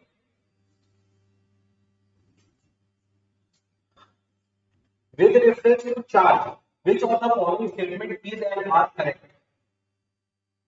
Every charge under the code of criminal procedure states the offence within which the accused may be charged. If in the course of same transaction, more offences than one are committed by the same person, he can be charged at one crime. बताइए। और जितने भी students का mains का exam निकला है MP का, मेरे पास करीब 6 स्टूडेंट्स का मैसेज आया हुआ है अभी टेलीग्राम में, जो स्पेसिफिकली मुझसे पढ़ रहे थे एमपीसीजे के बैच में। तो उन 6-7 स्टूडेंट्स का जिनका मेंस क्लियर हुआ उनके लिए अपन प्लान कर रहे हैं, और कुछ इंटरव्यू गाइडेंस प्रोग्राम रहेगा, मैं आपसे कोऑर्डिनेट करूंगा, आपको बताऊंगा। तो वो तो आप है ही है। उसके अलावा बाकी अगर किसी को भी गाइडेंस चाहिए इंटरव्यू में तो वो मुझे टेलीग्राम पे लिख सकता है, डीजेएस और एमपीसीजे दोनों के लिए। Right. The correct answer is C. Both 1 and 2. Both 1 and 2. 220 clause 1 or 211. Every charge under this code shall state the offence with which the accused is charged, and the charge shall contain the name of the offence if a particular law specially gives it a name and section of law.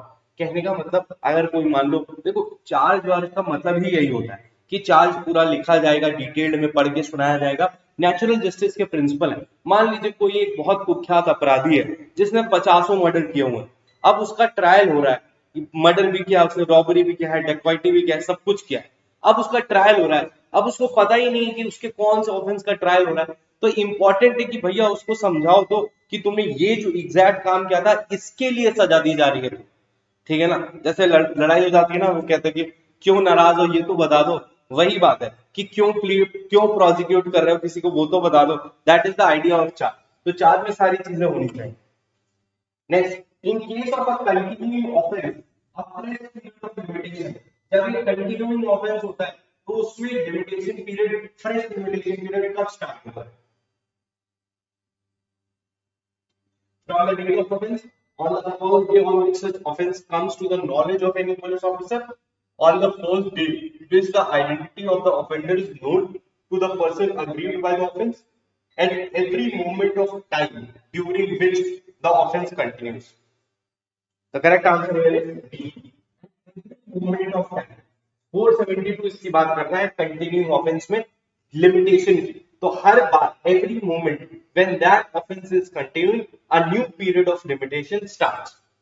Basic question है, बहुत ज्यादा देखो तो बहुत ज्यादा इसमें दिमाग लगाने की जरूरत नहीं है, बेसिक अंडरस्टैंडिंग के साथ भी सही हो रहा है। इंपॉर्टेंट यहाँ पे एक्यूरेसी है, इंपॉर्टेंट ये है कि जो out of the context question आएंगे उनको भी सही करना।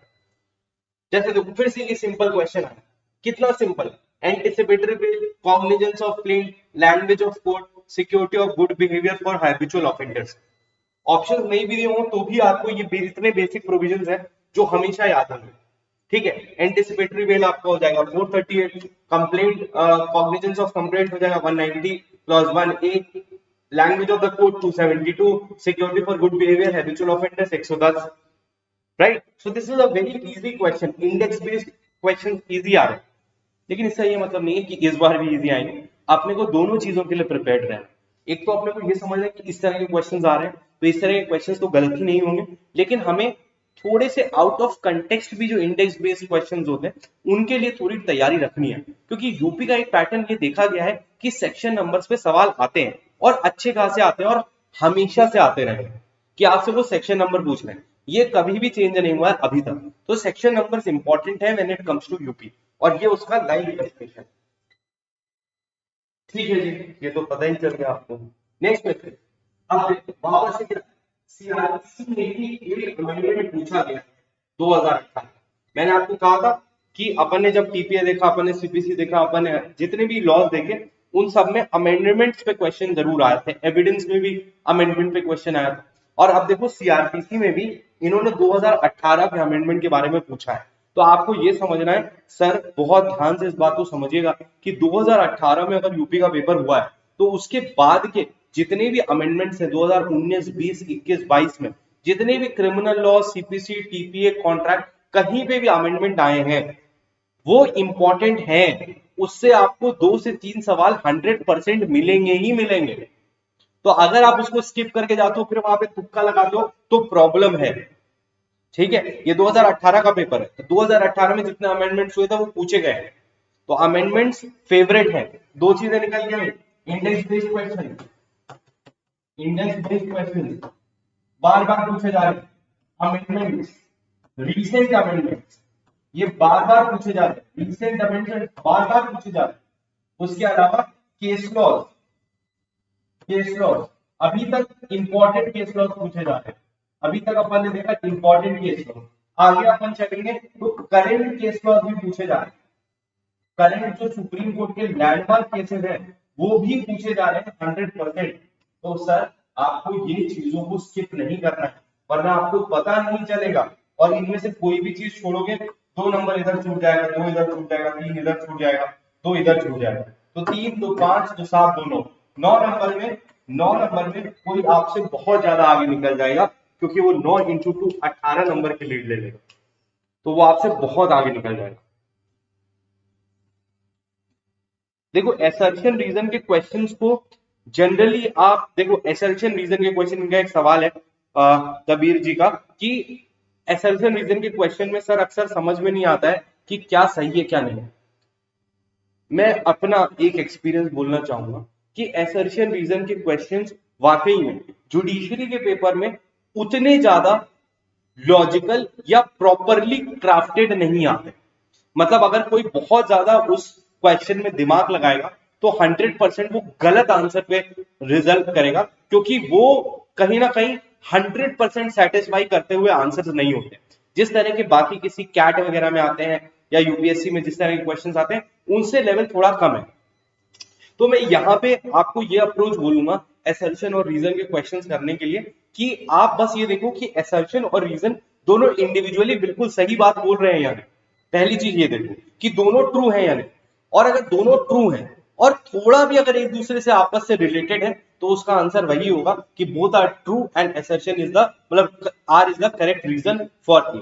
जनरली ये होता है। अगर आपको समझ में नहीं आ रहा है, बहुत ज्यादा दिमाग लगाने की आवश्यकता नहीं है, क्योंकि ये बात सत्य है कि असर्शन रीजन को बहुत ज्यादा एनालिटिकली अगर आप सॉल्व करना चाहोगे तो वो जस्टिफाई नहीं होता है कोई भी क्वेश्चन।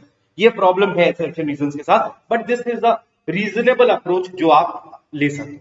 तो बच्चा अपन ने अभी तक के पेपर से क्या निकाला? इंडेक्स बेस्ड क्वेश्चंस बार बार पूछे जा रहे हैं। अमेंडमेंट, रीसेंट अमेंडमेंट्स बहुत ज्यादा सेंटर ऑफ फोकस है यूपी के एग्जाम में। Case law, important case laws पूछे जा रहे हैं, और आगे अपन देखेंगे तो करंट केस लॉस पे भी सवाल पूछे जाएंगे। ठीक है, इसका करेक्ट आंसर 173। क्लॉज 2 इसमें ये जो सेक्सुअल ऑफेंसेस है ये ऐड किए गए। ठीक है, the maximum negative event this नेक्साली प्रूव एंड मैं आपको एक चीज बता रहा हूं, जब भी आप यूपी का एग्जाम देने जाना तो यूपी के पेपर में आपको पूरा पेपर मिलता है, इस तरफ इंग्लिश होती है इस तरफ हिंदी होती है। कभी भी मैक्सिम का क्वेश्चन आए तो मैक्सिम एक बार तुम्हें पता होगी, बिल्कुल अच्छे से पता होगी, लेकिन फिर भी उसको हिंदी में पढ़ लो। कई बार ऐसा होता है कि उन्होंने मैक्सिम को ट्रांसलेट करके हिंदी में दिया होता है। मुझे याद है कि इस पेपर में क्या था, नेबोडेट बिस वेक्सारी प्रो एडम कॉजा लिखा था और उसकी हिंदी में लिखा था कि किसी भी व्यक्ति को 2 बार पनिश नहीं किया जाता। मतलब प्रॉपरली हिंदी में वो बात ही लिखी हुई थी। तो मुझे वैसे तो मुझे पता ही था, लेकिन कहने का मतलब आपकी गलती नहीं होगी, तो हिंदी का पेपर साथ में ही आएगा। तो ऐसा नहीं है कि हिंदी बिल्कुल पढ़ना ही नहीं है, कम से कम जो मैक्सिम वाले होते हैं, हालांकि कभी कभी ऐसा हो सकता है कि maxim as it is Hindi में लिखी हो, ऐसे लिखा हो नेमोडेट वैसे करके भी लिखा हो सकता है, बट फिर भी आई वुड से कि एक बार हिंदी रिफर कर लिया करो जब भी ऐसी चीजें आए। ठीक है, सेक्शन 300 में nobody shall be vexed twice for the same offence, right. When an appeal has been filed under section 374 of CRPC against a sentence passed under 376 to 376D of Indian Penal Code, the appeal shall be disposed of within, बताइए कितने time में appeal को dispose of किया जाएगा? That is the question.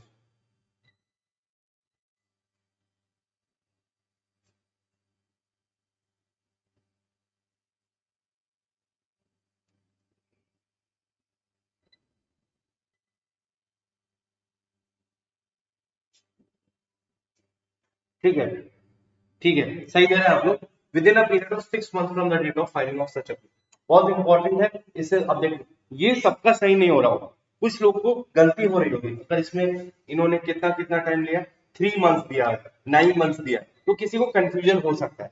तो मेरा कहने का मतलब है कि यूपी का पेपर जो है वो 3 स्टेजेस में बटा हुआ है। एक पार्ट होता है जो होता है very easy, very easy, very easy कौन से?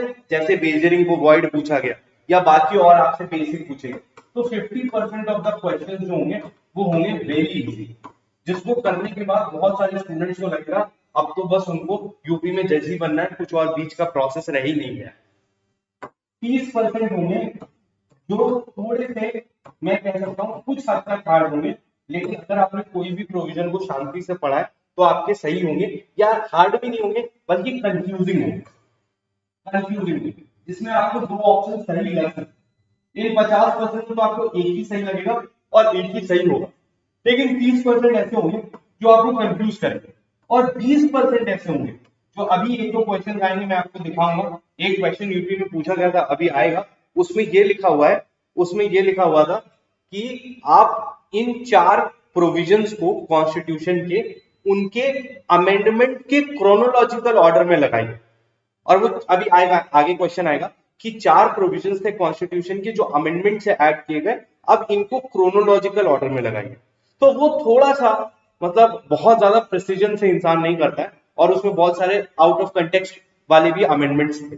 तो मेरा कहने का मतलब है कि ये 20 तो ये 50 तो आपको सही करना ही है, ये 30 भी आपको सही करना है। पूरी लड़ाई जो है प्री निकालने की वो इन 20 में आती है। इस 20 में अगर आपने 10% से अब सही कर लिए तो आपका 100% हो जाएगा। 10% से कम भी किए तो भी आप फाइट में रहोगे। अगर आप सिर्फ ये 80% करके आते हो तो भी आप फाइट में रहोगे, लेकिन अगर 10% से ऊपर कर दिए तो श्योर शॉर्टेड आपका हो जाएगा। तो इसको टारगेट, राइट। देखो एक फिर 2018 के अमेंडमेंट से क्वेश्चन है, ठीक है।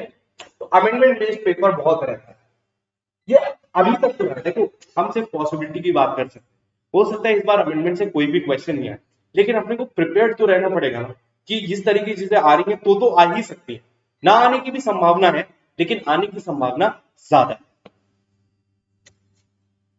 अब ये ऐसा क्वेश्चन है जो हमेशा यूपी में ही पूछा गया।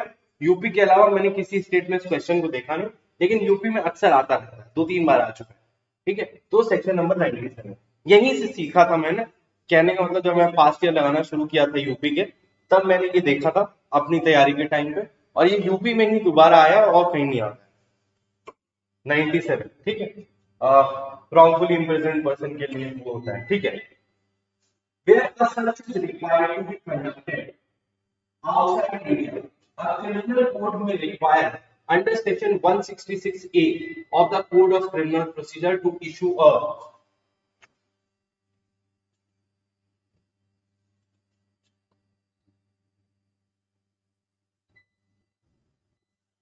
ठीक है, letter of request, to issue a letter of request. Letter of request का मतलब requesting competent authority to investigate in a country or place outside India. Next section है The rule was laid down by the Supreme Court। ये भी UP में 2-3 बार आ चुका है। देखो UP थोड़ा सा कन्वेंशनल चीजों पे ज्यादा बात करता है। बेल पे क्वेश्चन आएगा ही, अरेस्ट पे आएगा ही, चार्ज पे आएगा ही, इन्वेस्टिगेशन पे आएगा ही, ये सारे चैप्टर्स पे क्वेश्चंस आते ही आते हैं, राइट। इसका करेक्ट आंसर है, नहीं निधि जी, इसका जोगिंदर सिंह नहीं है। जोगिंदर सिंह ने इससे रिलेटेड बातें रिपीट की थी, but Motiram versus state of UP is the correct answer, और ये बार बार पूछा जा चुका है यूपी में। Next question, the provision of examination of an arrested person by medical officer is provided under which section of criminal procedure code. Examination of arrested person by medical officer is provided under which section of CRPC? बताइए फटाफट से, simple question.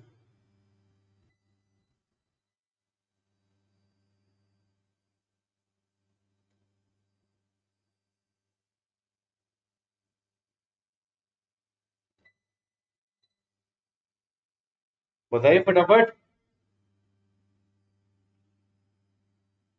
तुम लोग message आ नहीं रहे या मुझे दिख नहीं रहे?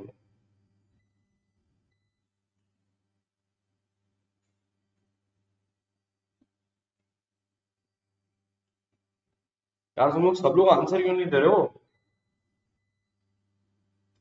54 आंसर तो देते चलो। अब देखो ये कितना सरल क्वेश्चन है। अब इसको देख के आपको यही लगेगा सर इस तरह के क्वेश्चन पीसीएस के एग्जाम में आ रहे हैं बेटा, लेकिन यही आपको बहुत ज्यादा परेशान भी करने वाला है। Under section 164A of the victim of rape shall be sent to a registered medical practitioner within dash from the time of receiving information regarding the commission of the offense। बताइए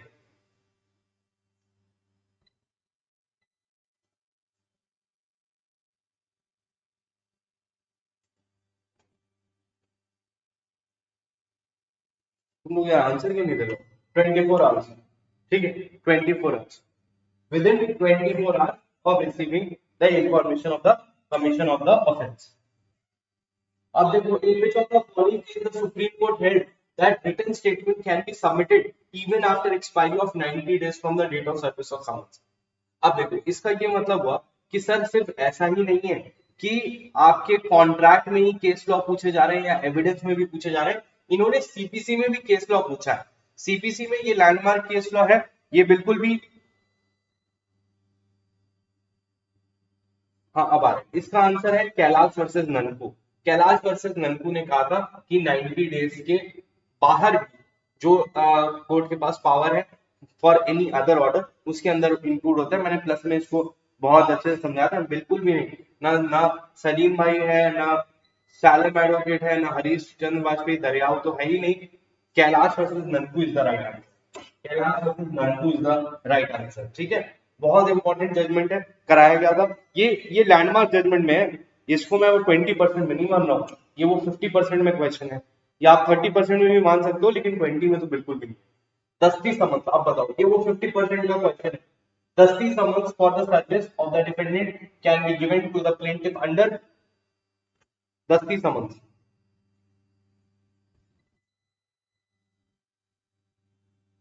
राइट, ऑर्डर साइड rule 9A, right, दस्ती summons, ठीक है। जब जब जब plaintiff को कहता है along with the court in addition to the summons that have been served by the court, the plaintiff requests the court to send the summons personally, that is known as dusty summons।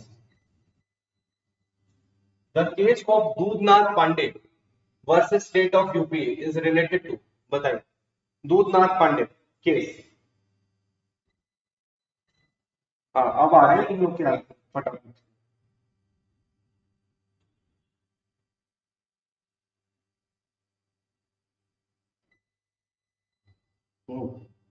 ठीक है,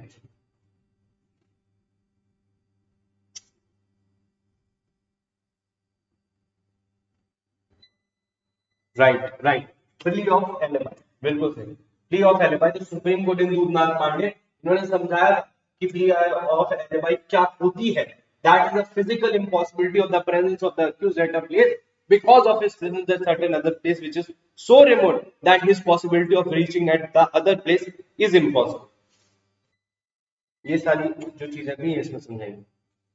The constitution was finally signed by the members of Constituent Assembly on, the constitution was finally signed by the members of the Constituent Assembly on, है ना, very good. सब लोग इसका answer B बता रहे हैं, बेटा ऐसा नहीं है, सिर्फ एक लोग को छोड़ के, कीर्तिका जी, इनका आंसर सही है 24 जनवरी। 2 days before the enforcement of the Indian Constitution, the Constitution was finally signed by the members of the Constituent Assembly। तो अब यहाँ पे बारीकी की जरूरत है, डी तो बिल्कुल भी नहीं है, बारीकी की जरूरत है, क्योंकि ये कंफ्यूजिंग क्वेश्चन हो सकता है। तो आप देख लो कि सरल वाले तो सब कर लेंगे, इस तरह के क्वेश्चन में मेजोरिटी पीपल 26 नवंबर लगा रहे, ये वो कंफ्यूजिंग क्वेश्चन। 26 नवंबर को साइन नहीं हुआ था, साइन 24 तारीख को हुआ है बाय ऑल द मेंबर्स, ठीक है, by all the members of the constituent assembly, finally it was signed by this. ये एक फेवरेट क्वेश्चन है यूपी का, short title of the constitution, कि that this constitution will be known as the constitution of India. ये बात कहां पे लिखी हुई है?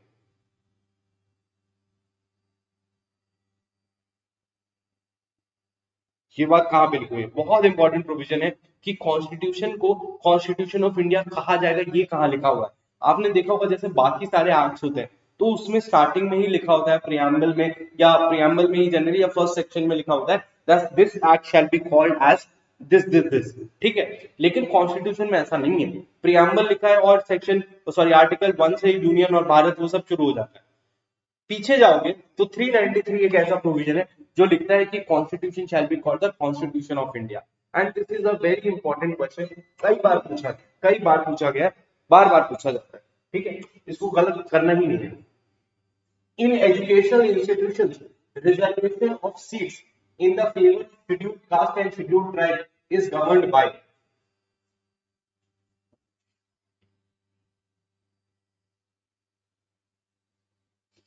नहीं बेटा, एजुकेशनल इंस्टीट्यूशंस में अगर आप बात करते हो, अच्छा पिछले वाले का बोल रहे हो, ठीक है, नहीं 15 एजुकेशनल इंस्टीट्यूशंस के लिए 15 है, पब्लिक एम्प्लॉयमेंट के लिए 16 है।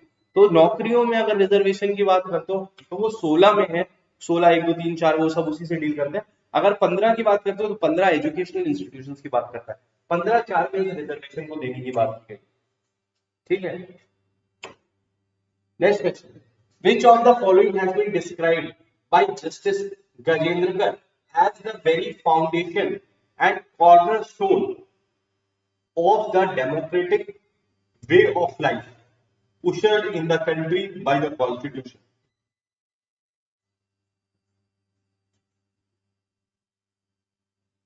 अब स्टेटमेंट्स भी पूछे जाते हैं, ये भी एक चीज, या अगर आप नोटिस करो तो स्टेटमेंट्स के भी क्वेश्चंस आते हैं। ज्यूरिस्प्रूडेंस में तो आते ही हैं, किसने कहा, लेकिन कॉन्स्टिट्यूशन, कॉन्ट्रैक्ट, ये जो रिलेटेड है ना, जैसे वो कॉन्ट्रैक्ट में नहीं था कि acceptance is what a lighted matchstick to a train of gun powder, ये एंसन का फेमस स्टेटमेंट था। तो इस तरह के जो स्टेटमेंट्स है ना, इस पे भी यूपी टारगेट करता है। और आप लोग क्या करते हो ना, इन सब चीजों को तो कभी तैयार ही नहीं करते, ये तो पूरी किस्मत के भरोसे होती है कि एबीसीडी अगर सरल आ गई तो सबको पता है, नहीं आ गई तो सब तुक्का मार रहे हैं, तो वो चीज होती है। प्रोबेबिलिटी पे खेलते हैं, फंडामेंटल राइट्स हो सबसे ज्यादा इंपॉर्टेंट लग रहा है तो फंडामेंटल राइट्स होगा।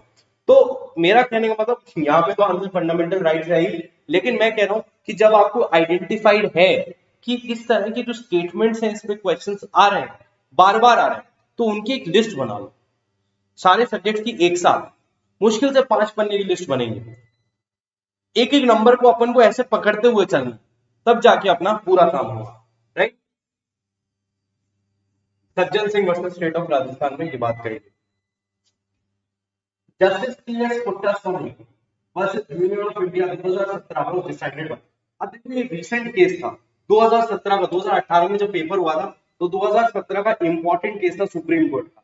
तो इससे हमें ये सीखने को मिलता है, इससे हमें ये शिक्षा मिलती है कि 2018 के बाद से 19 20 21 22 19 20 21 22 में जो भी सुप्रीम कोर्ट के लैंडमार्क जजमेंट्स हैं, लैंडमार्क, काफी लैंडमार्क, अयोध्या राम मंदिर पे आया या किसी और पे आया, अभी हिजाब बैन वाला केस आया, तमाम और सारे केस आते रहते हैं, तो उनसे रिलेटेड मैरिटल रेप का जो चल रहा था और भी बहुत सारे इंपॉर्टेंट लैंडमार्क केसेस आए हैं पिछले 2 ढाई साल में, तो उन सारे केसेस के नाम पता होने चाहिए, उसमें कौन जजेस थे ये पता होनी चाहिए, बेंच कितनी थी वो पता होनी चाहिए, और उसके साथ साथ ये भी पता होना चाहिए कि उस केस का नाम तो बहुत इंपॉर्टेंट है, नाम पता होना चाहिए, जजेस का पता होना चाहिए, क्या लॉ था और किस एक्ट में क्या अमेंडमेंट हुए, अगर किसी जजमेंट से हुए या कैसे भी हुए, वो चारों तरह के क्वेश्चन जो होते हैं वो इंपॉर्टेंट होते हैं, ठीक है, ठीक है। ये थी आपकी सेकंड, सॉरी हाँ 9 ठीक है, 9 नेक्स्ट ये देखो,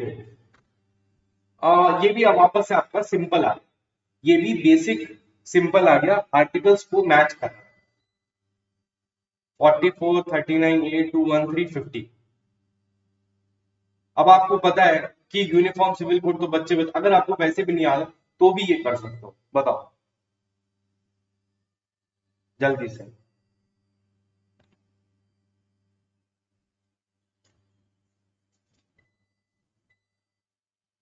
39A हो गया आपका फ्री लीगल एड, 213 हो गया ordinance issuing power of the governor, UCC हो गया, 50 हो गया separation of judiciary from the executive.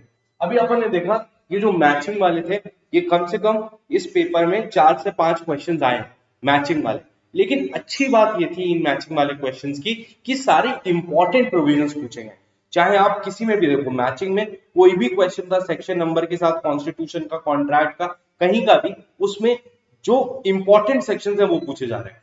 तो ये सीपीसी में भी आ सकता है, एविडेंस में भी आ सकता है, आईपीसी में भी आ सकता है, सीआरपीसी में भी आ सकता है। तो इंपॉर्टेंट सेक्शन तो इंडेक्स बेस्ड क्वेश्चन आ ही रहे हैं, इसमें कोई दो राय नहीं, उनको तो याद रखना ही है। नेक्स्ट क्वेश्चन, ये रिसेंट जजमेंट बेस्ड था, social morality also changes from age to age, ठीक है।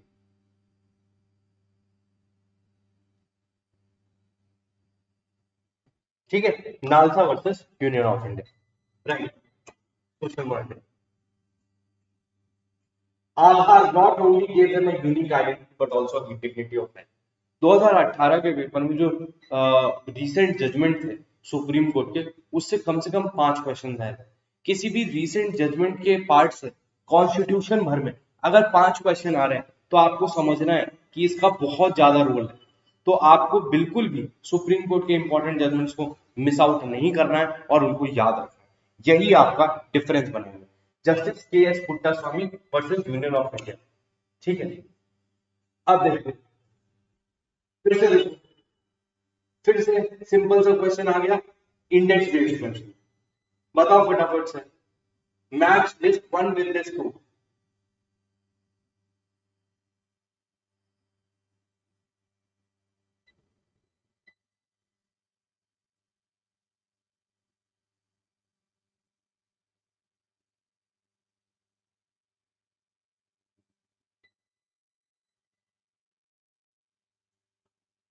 बताओ, पावर टू ग्रांट पार्डन 72 हो गया, executive power of the union 53 हो गया, power to appoint the prime minister 75 हो गया, appointment of the attorney general 76 होगा, ठीक है। हाँ 76, ठीक है। इंडेक्स बेस्ड क्वेश्चन वापस, इंडेक्स बेस्ड क्वेश्चन वापस, लेकिन सारे इंपॉर्टेंट प्रोविजंस हैं। अब देखो, ये एक कठिन क्वेश्चन है, इस क्वेश्चन को मैं कठिन क्वेश्चन बोलता हूं। क्या कह रहा है, what is the correct chronological order in which the following provisions were incorporated into the Constitution of India through amendments। मतलब सबसे पहले कौन सा प्रोविजन अमेंडमेंट से ऐड किया गया, उसके बाद कौन सा ऐड किया गया, उसके बाद कौन सा ऐड किया गया, उसके बाद कौन सा ऐड किया गया। वॉइस इको हो रहा है, थोड़ा सा इको आज मैनेज करूं, कल इसको सही करवाते हैं, ठीक है, कल इसको सही करवाते हैं। वॉइस थोड़ी सी इको हो रही है आज, एक बार आप लोग बताना, अगर एक बार रुकना।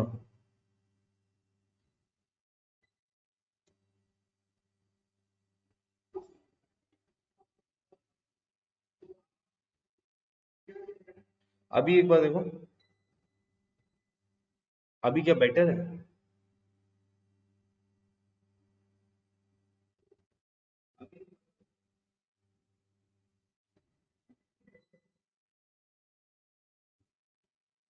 ठीक है,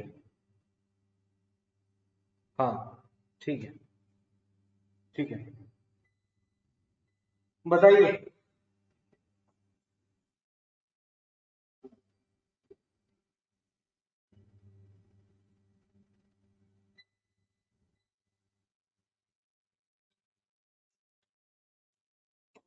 देखिए, फ्री लीगल में सबसे पहले आया 42nd अमेंडमेंट से, certificate to appeal to the supreme court 134 A भी आया 44th अमेंडमेंट से, नगर पालिका आया 74th अमेंडमेंट से, राइट टू एजुकेशन आया 21 ए 86th अमेंडमेंट से, 86th अमेंडमेंट से। तो मैं क्या कहना चाहता हूँ कि ये एक ऐसा क्वेश्चन है जिसको आप 20% में मान सकते हो, या जिसको स्क्रीन के सामने रहे तो वॉइस क्लियर है। अच्छा, स्क्रीन के सामने रहे तो वॉइस क्लियर है, ऐसा कुछ हो रहा है क्या? मैं कल सही करवा दूंगा, ठीक है, कल सही करवा दूंगा।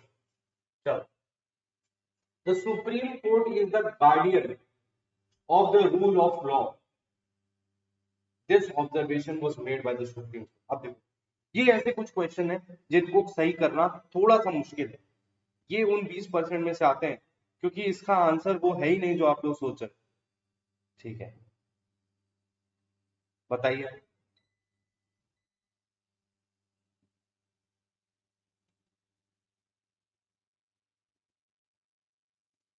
इसका आंसर है विजय कुमार मोहंती वर्सेस जादू, ठीक है, विजय कुमार मोहंती वर्सेस जादू।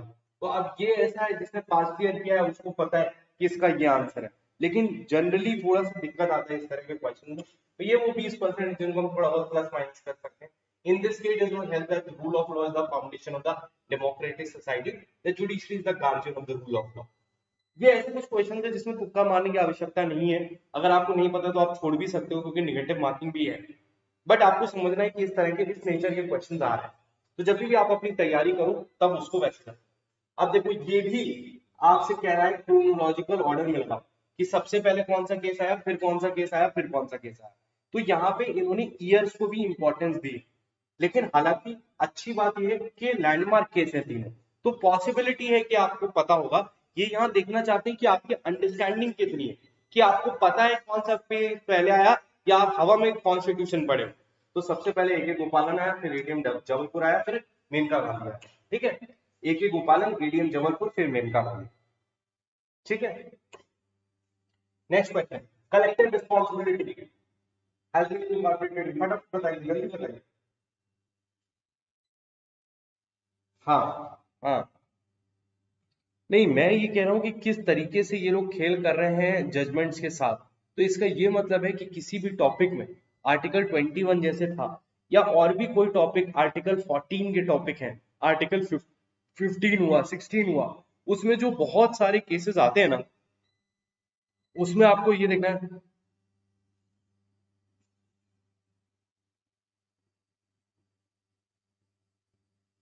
उस पर कमांड कैसे करें। कबीर जी, मैं बस इतना कहना चाहता हूँ कि पूरा पेपर तो कमांड नहीं कर सकता, लेकिन अगर अपन 80% 100% सही कर रहे हैं और 20% में 5-10 क्वेश्चन भी कर पा रहे हैं तो वी आर थ्रू, तो हम हमारा प्रीलिम्स निकल गया। इंपॉर्टेंट ये है कि जो सरल वाले हैं उनके चक्कर में हम बह ना जाए, और मेरा आपको बताने का ये सब इसलिए है कि आप और ज्यादा सिंसियरली पढ़ें, और जिस तरह के क्वेश्चन, जिस तरह के नेचर के क्वेश्चंस आ रहे हैं, उस तरह के क्वेश्चंस को आप ज्यादा इंकॉर्पोरेट करें ड्यूरिंग योर प्रिपरेशन। तो अगर आज आपको ये समझाया गया कि पर्सनल लिबर्टी के ये 3 केस पूछे गए हैं, तो अगली बार जब आप आर्टिकल 16 पढ़ रहे हो, अशोक कुमार ठाकुर पढ़ रहे हो, नागराज पढ़ रहे हो, बहुत सारे और पढ़ रहे हो, या उधर टीएमएफआई फाउंडेशन और ये सब पढ़ रहे हो एजुकेशन से रिलेटेड, तो वहां पे भी थोड़ा सा याद रखो कि कौन सा केस पहले आया, कौन सा बाद आया। अगली बार आर्टिकल 16 पे यही क्वेश्चन आ सकता है। ठीक है, तो एंड तो नहीं है किसी भी चीज का, लेकिन जितने भी लैंडमार्क केसेस है वो आपने पढ़ने हैं, उसके जजेस, उनकी बेंच, उसमें क्या हेल्ड हुआ, क्या अमेंडमेंट हुए, ये आपको पढ़ना ही पढ़ना है।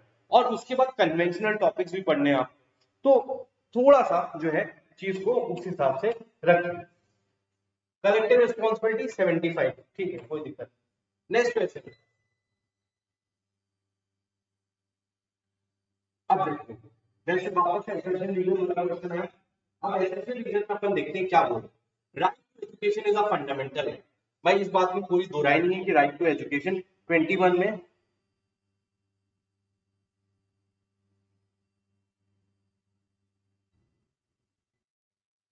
आ जाएंगे। धीरे धीरे लगाते रहो, इम्प्रोवाइज करते रहो, एंड नहीं है उसका।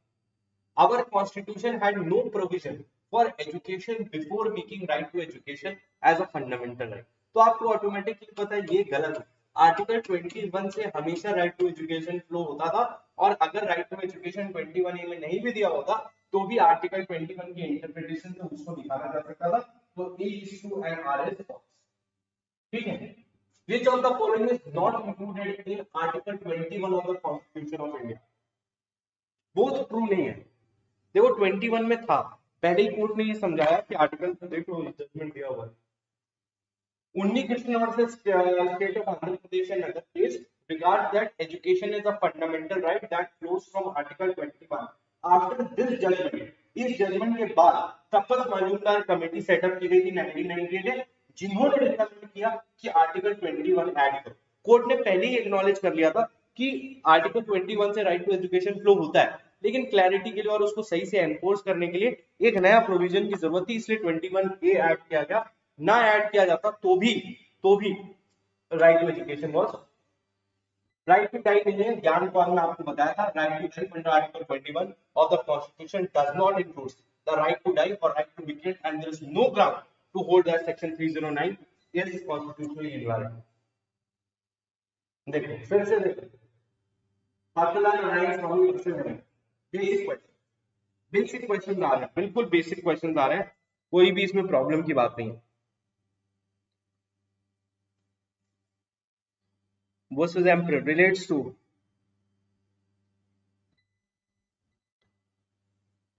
right dying declaration, right dying declaration, बिल्कुल बेसिक क्वेश्चन, बार बार पूछने वाला question. Which section of Indian Evidence Act mentions that no particular number of witnesses shall in any case be required for the proof of any in any case required any fact? No number of witnesses. ठीक है.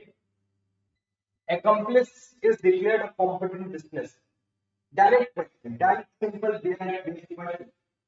तो पूरे paper में मुश्किल से 10-15 ऐसे question होंगे जो बहुत ज्यादा कठिन होंगे और 50% क्वेश्चन होंगे ना जो बहुत ज्यादा सरल होंगे.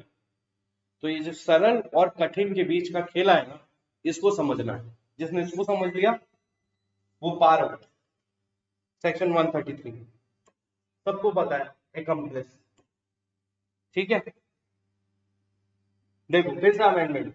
Which special provision regarding proving of records has been inserted by the Information Technology Act 2000?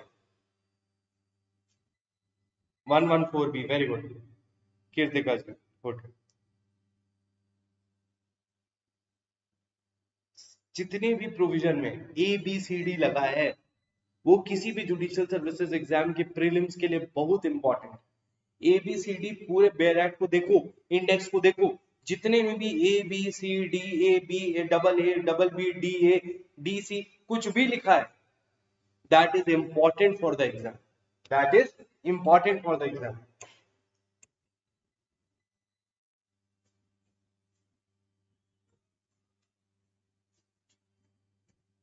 Provision to section 132 Indian Evidence Act is a fact. देखो एक्सेप्शन रीजन के लिए 4 क्वेश्चन मिल गए आपको मिलते. ठीक है. तो ऐसा नहीं एक्सेप्शन रीजन आते हैं, एक्सेप्शन रीजन के लिए 4-5 क्वेश्चन आपको मिल रहे हैं. Policy of 132 Indian evidence act is to protect evidence for doing justice. ठीक है. तो बोलता है correct and one is the explanation of. इसमें वही टेक्निक लगी जो मैंने आपको समझाई थी कि अगर आप असर्शन और रीजन के क्वेश्चंस में बहुत ज्यादा डिटेल में और एनालिटिकल तरीके से जाना चाहोगे तो बहुत बार वो गलत हो. लेकिन अगर इन दोनों को इंडिविजुअली देख रहे हो कि ये सही है और कहीं ना कहीं एक ही प्रोविजन की बात कर रहे हैं तो आप खट से लगा दोगे both A and B are true, A and R are true and A is the correct explanation of R. बताओ इस तरह का कोई सवाल बना है? If a witness is unable to speak, gives his evidence in writing in open court,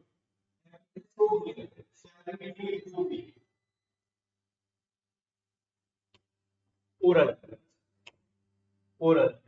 ठीक. बस आज के लिए इतना ही रखा जाए.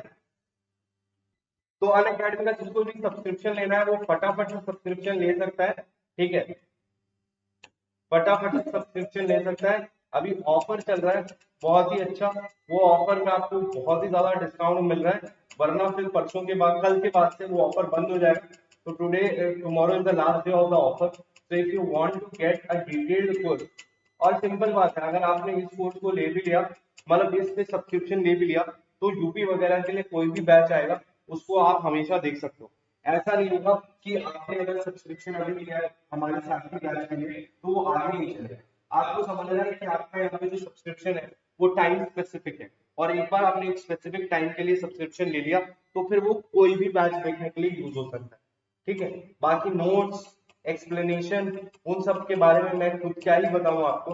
आपके जो स्टूडेंट्स प्लस में उनसे पूछिए कि देवश्री सर कितने डिटेल्ड नोट्स देते हैं और कितना ज्यादा एक्सप्लेन करते हैं एक टॉपिक को. सारे डाउट्स सारी चीजें एक बार में क्लियर कर दी जाती है. जितने भी आपको सवाल पूछने आप पूछ सकते हैं क्लास में, रेज हैंड कर सकते हैं. आप देखोगे तो प्लस में लाइव क्लासेस मिलती हैं आपको, वीकली टेस्ट मिलता है, स्ट्रक्चर्ड कोर्स मिलता है, अनलिमिटेड एक्सेस मिलता है.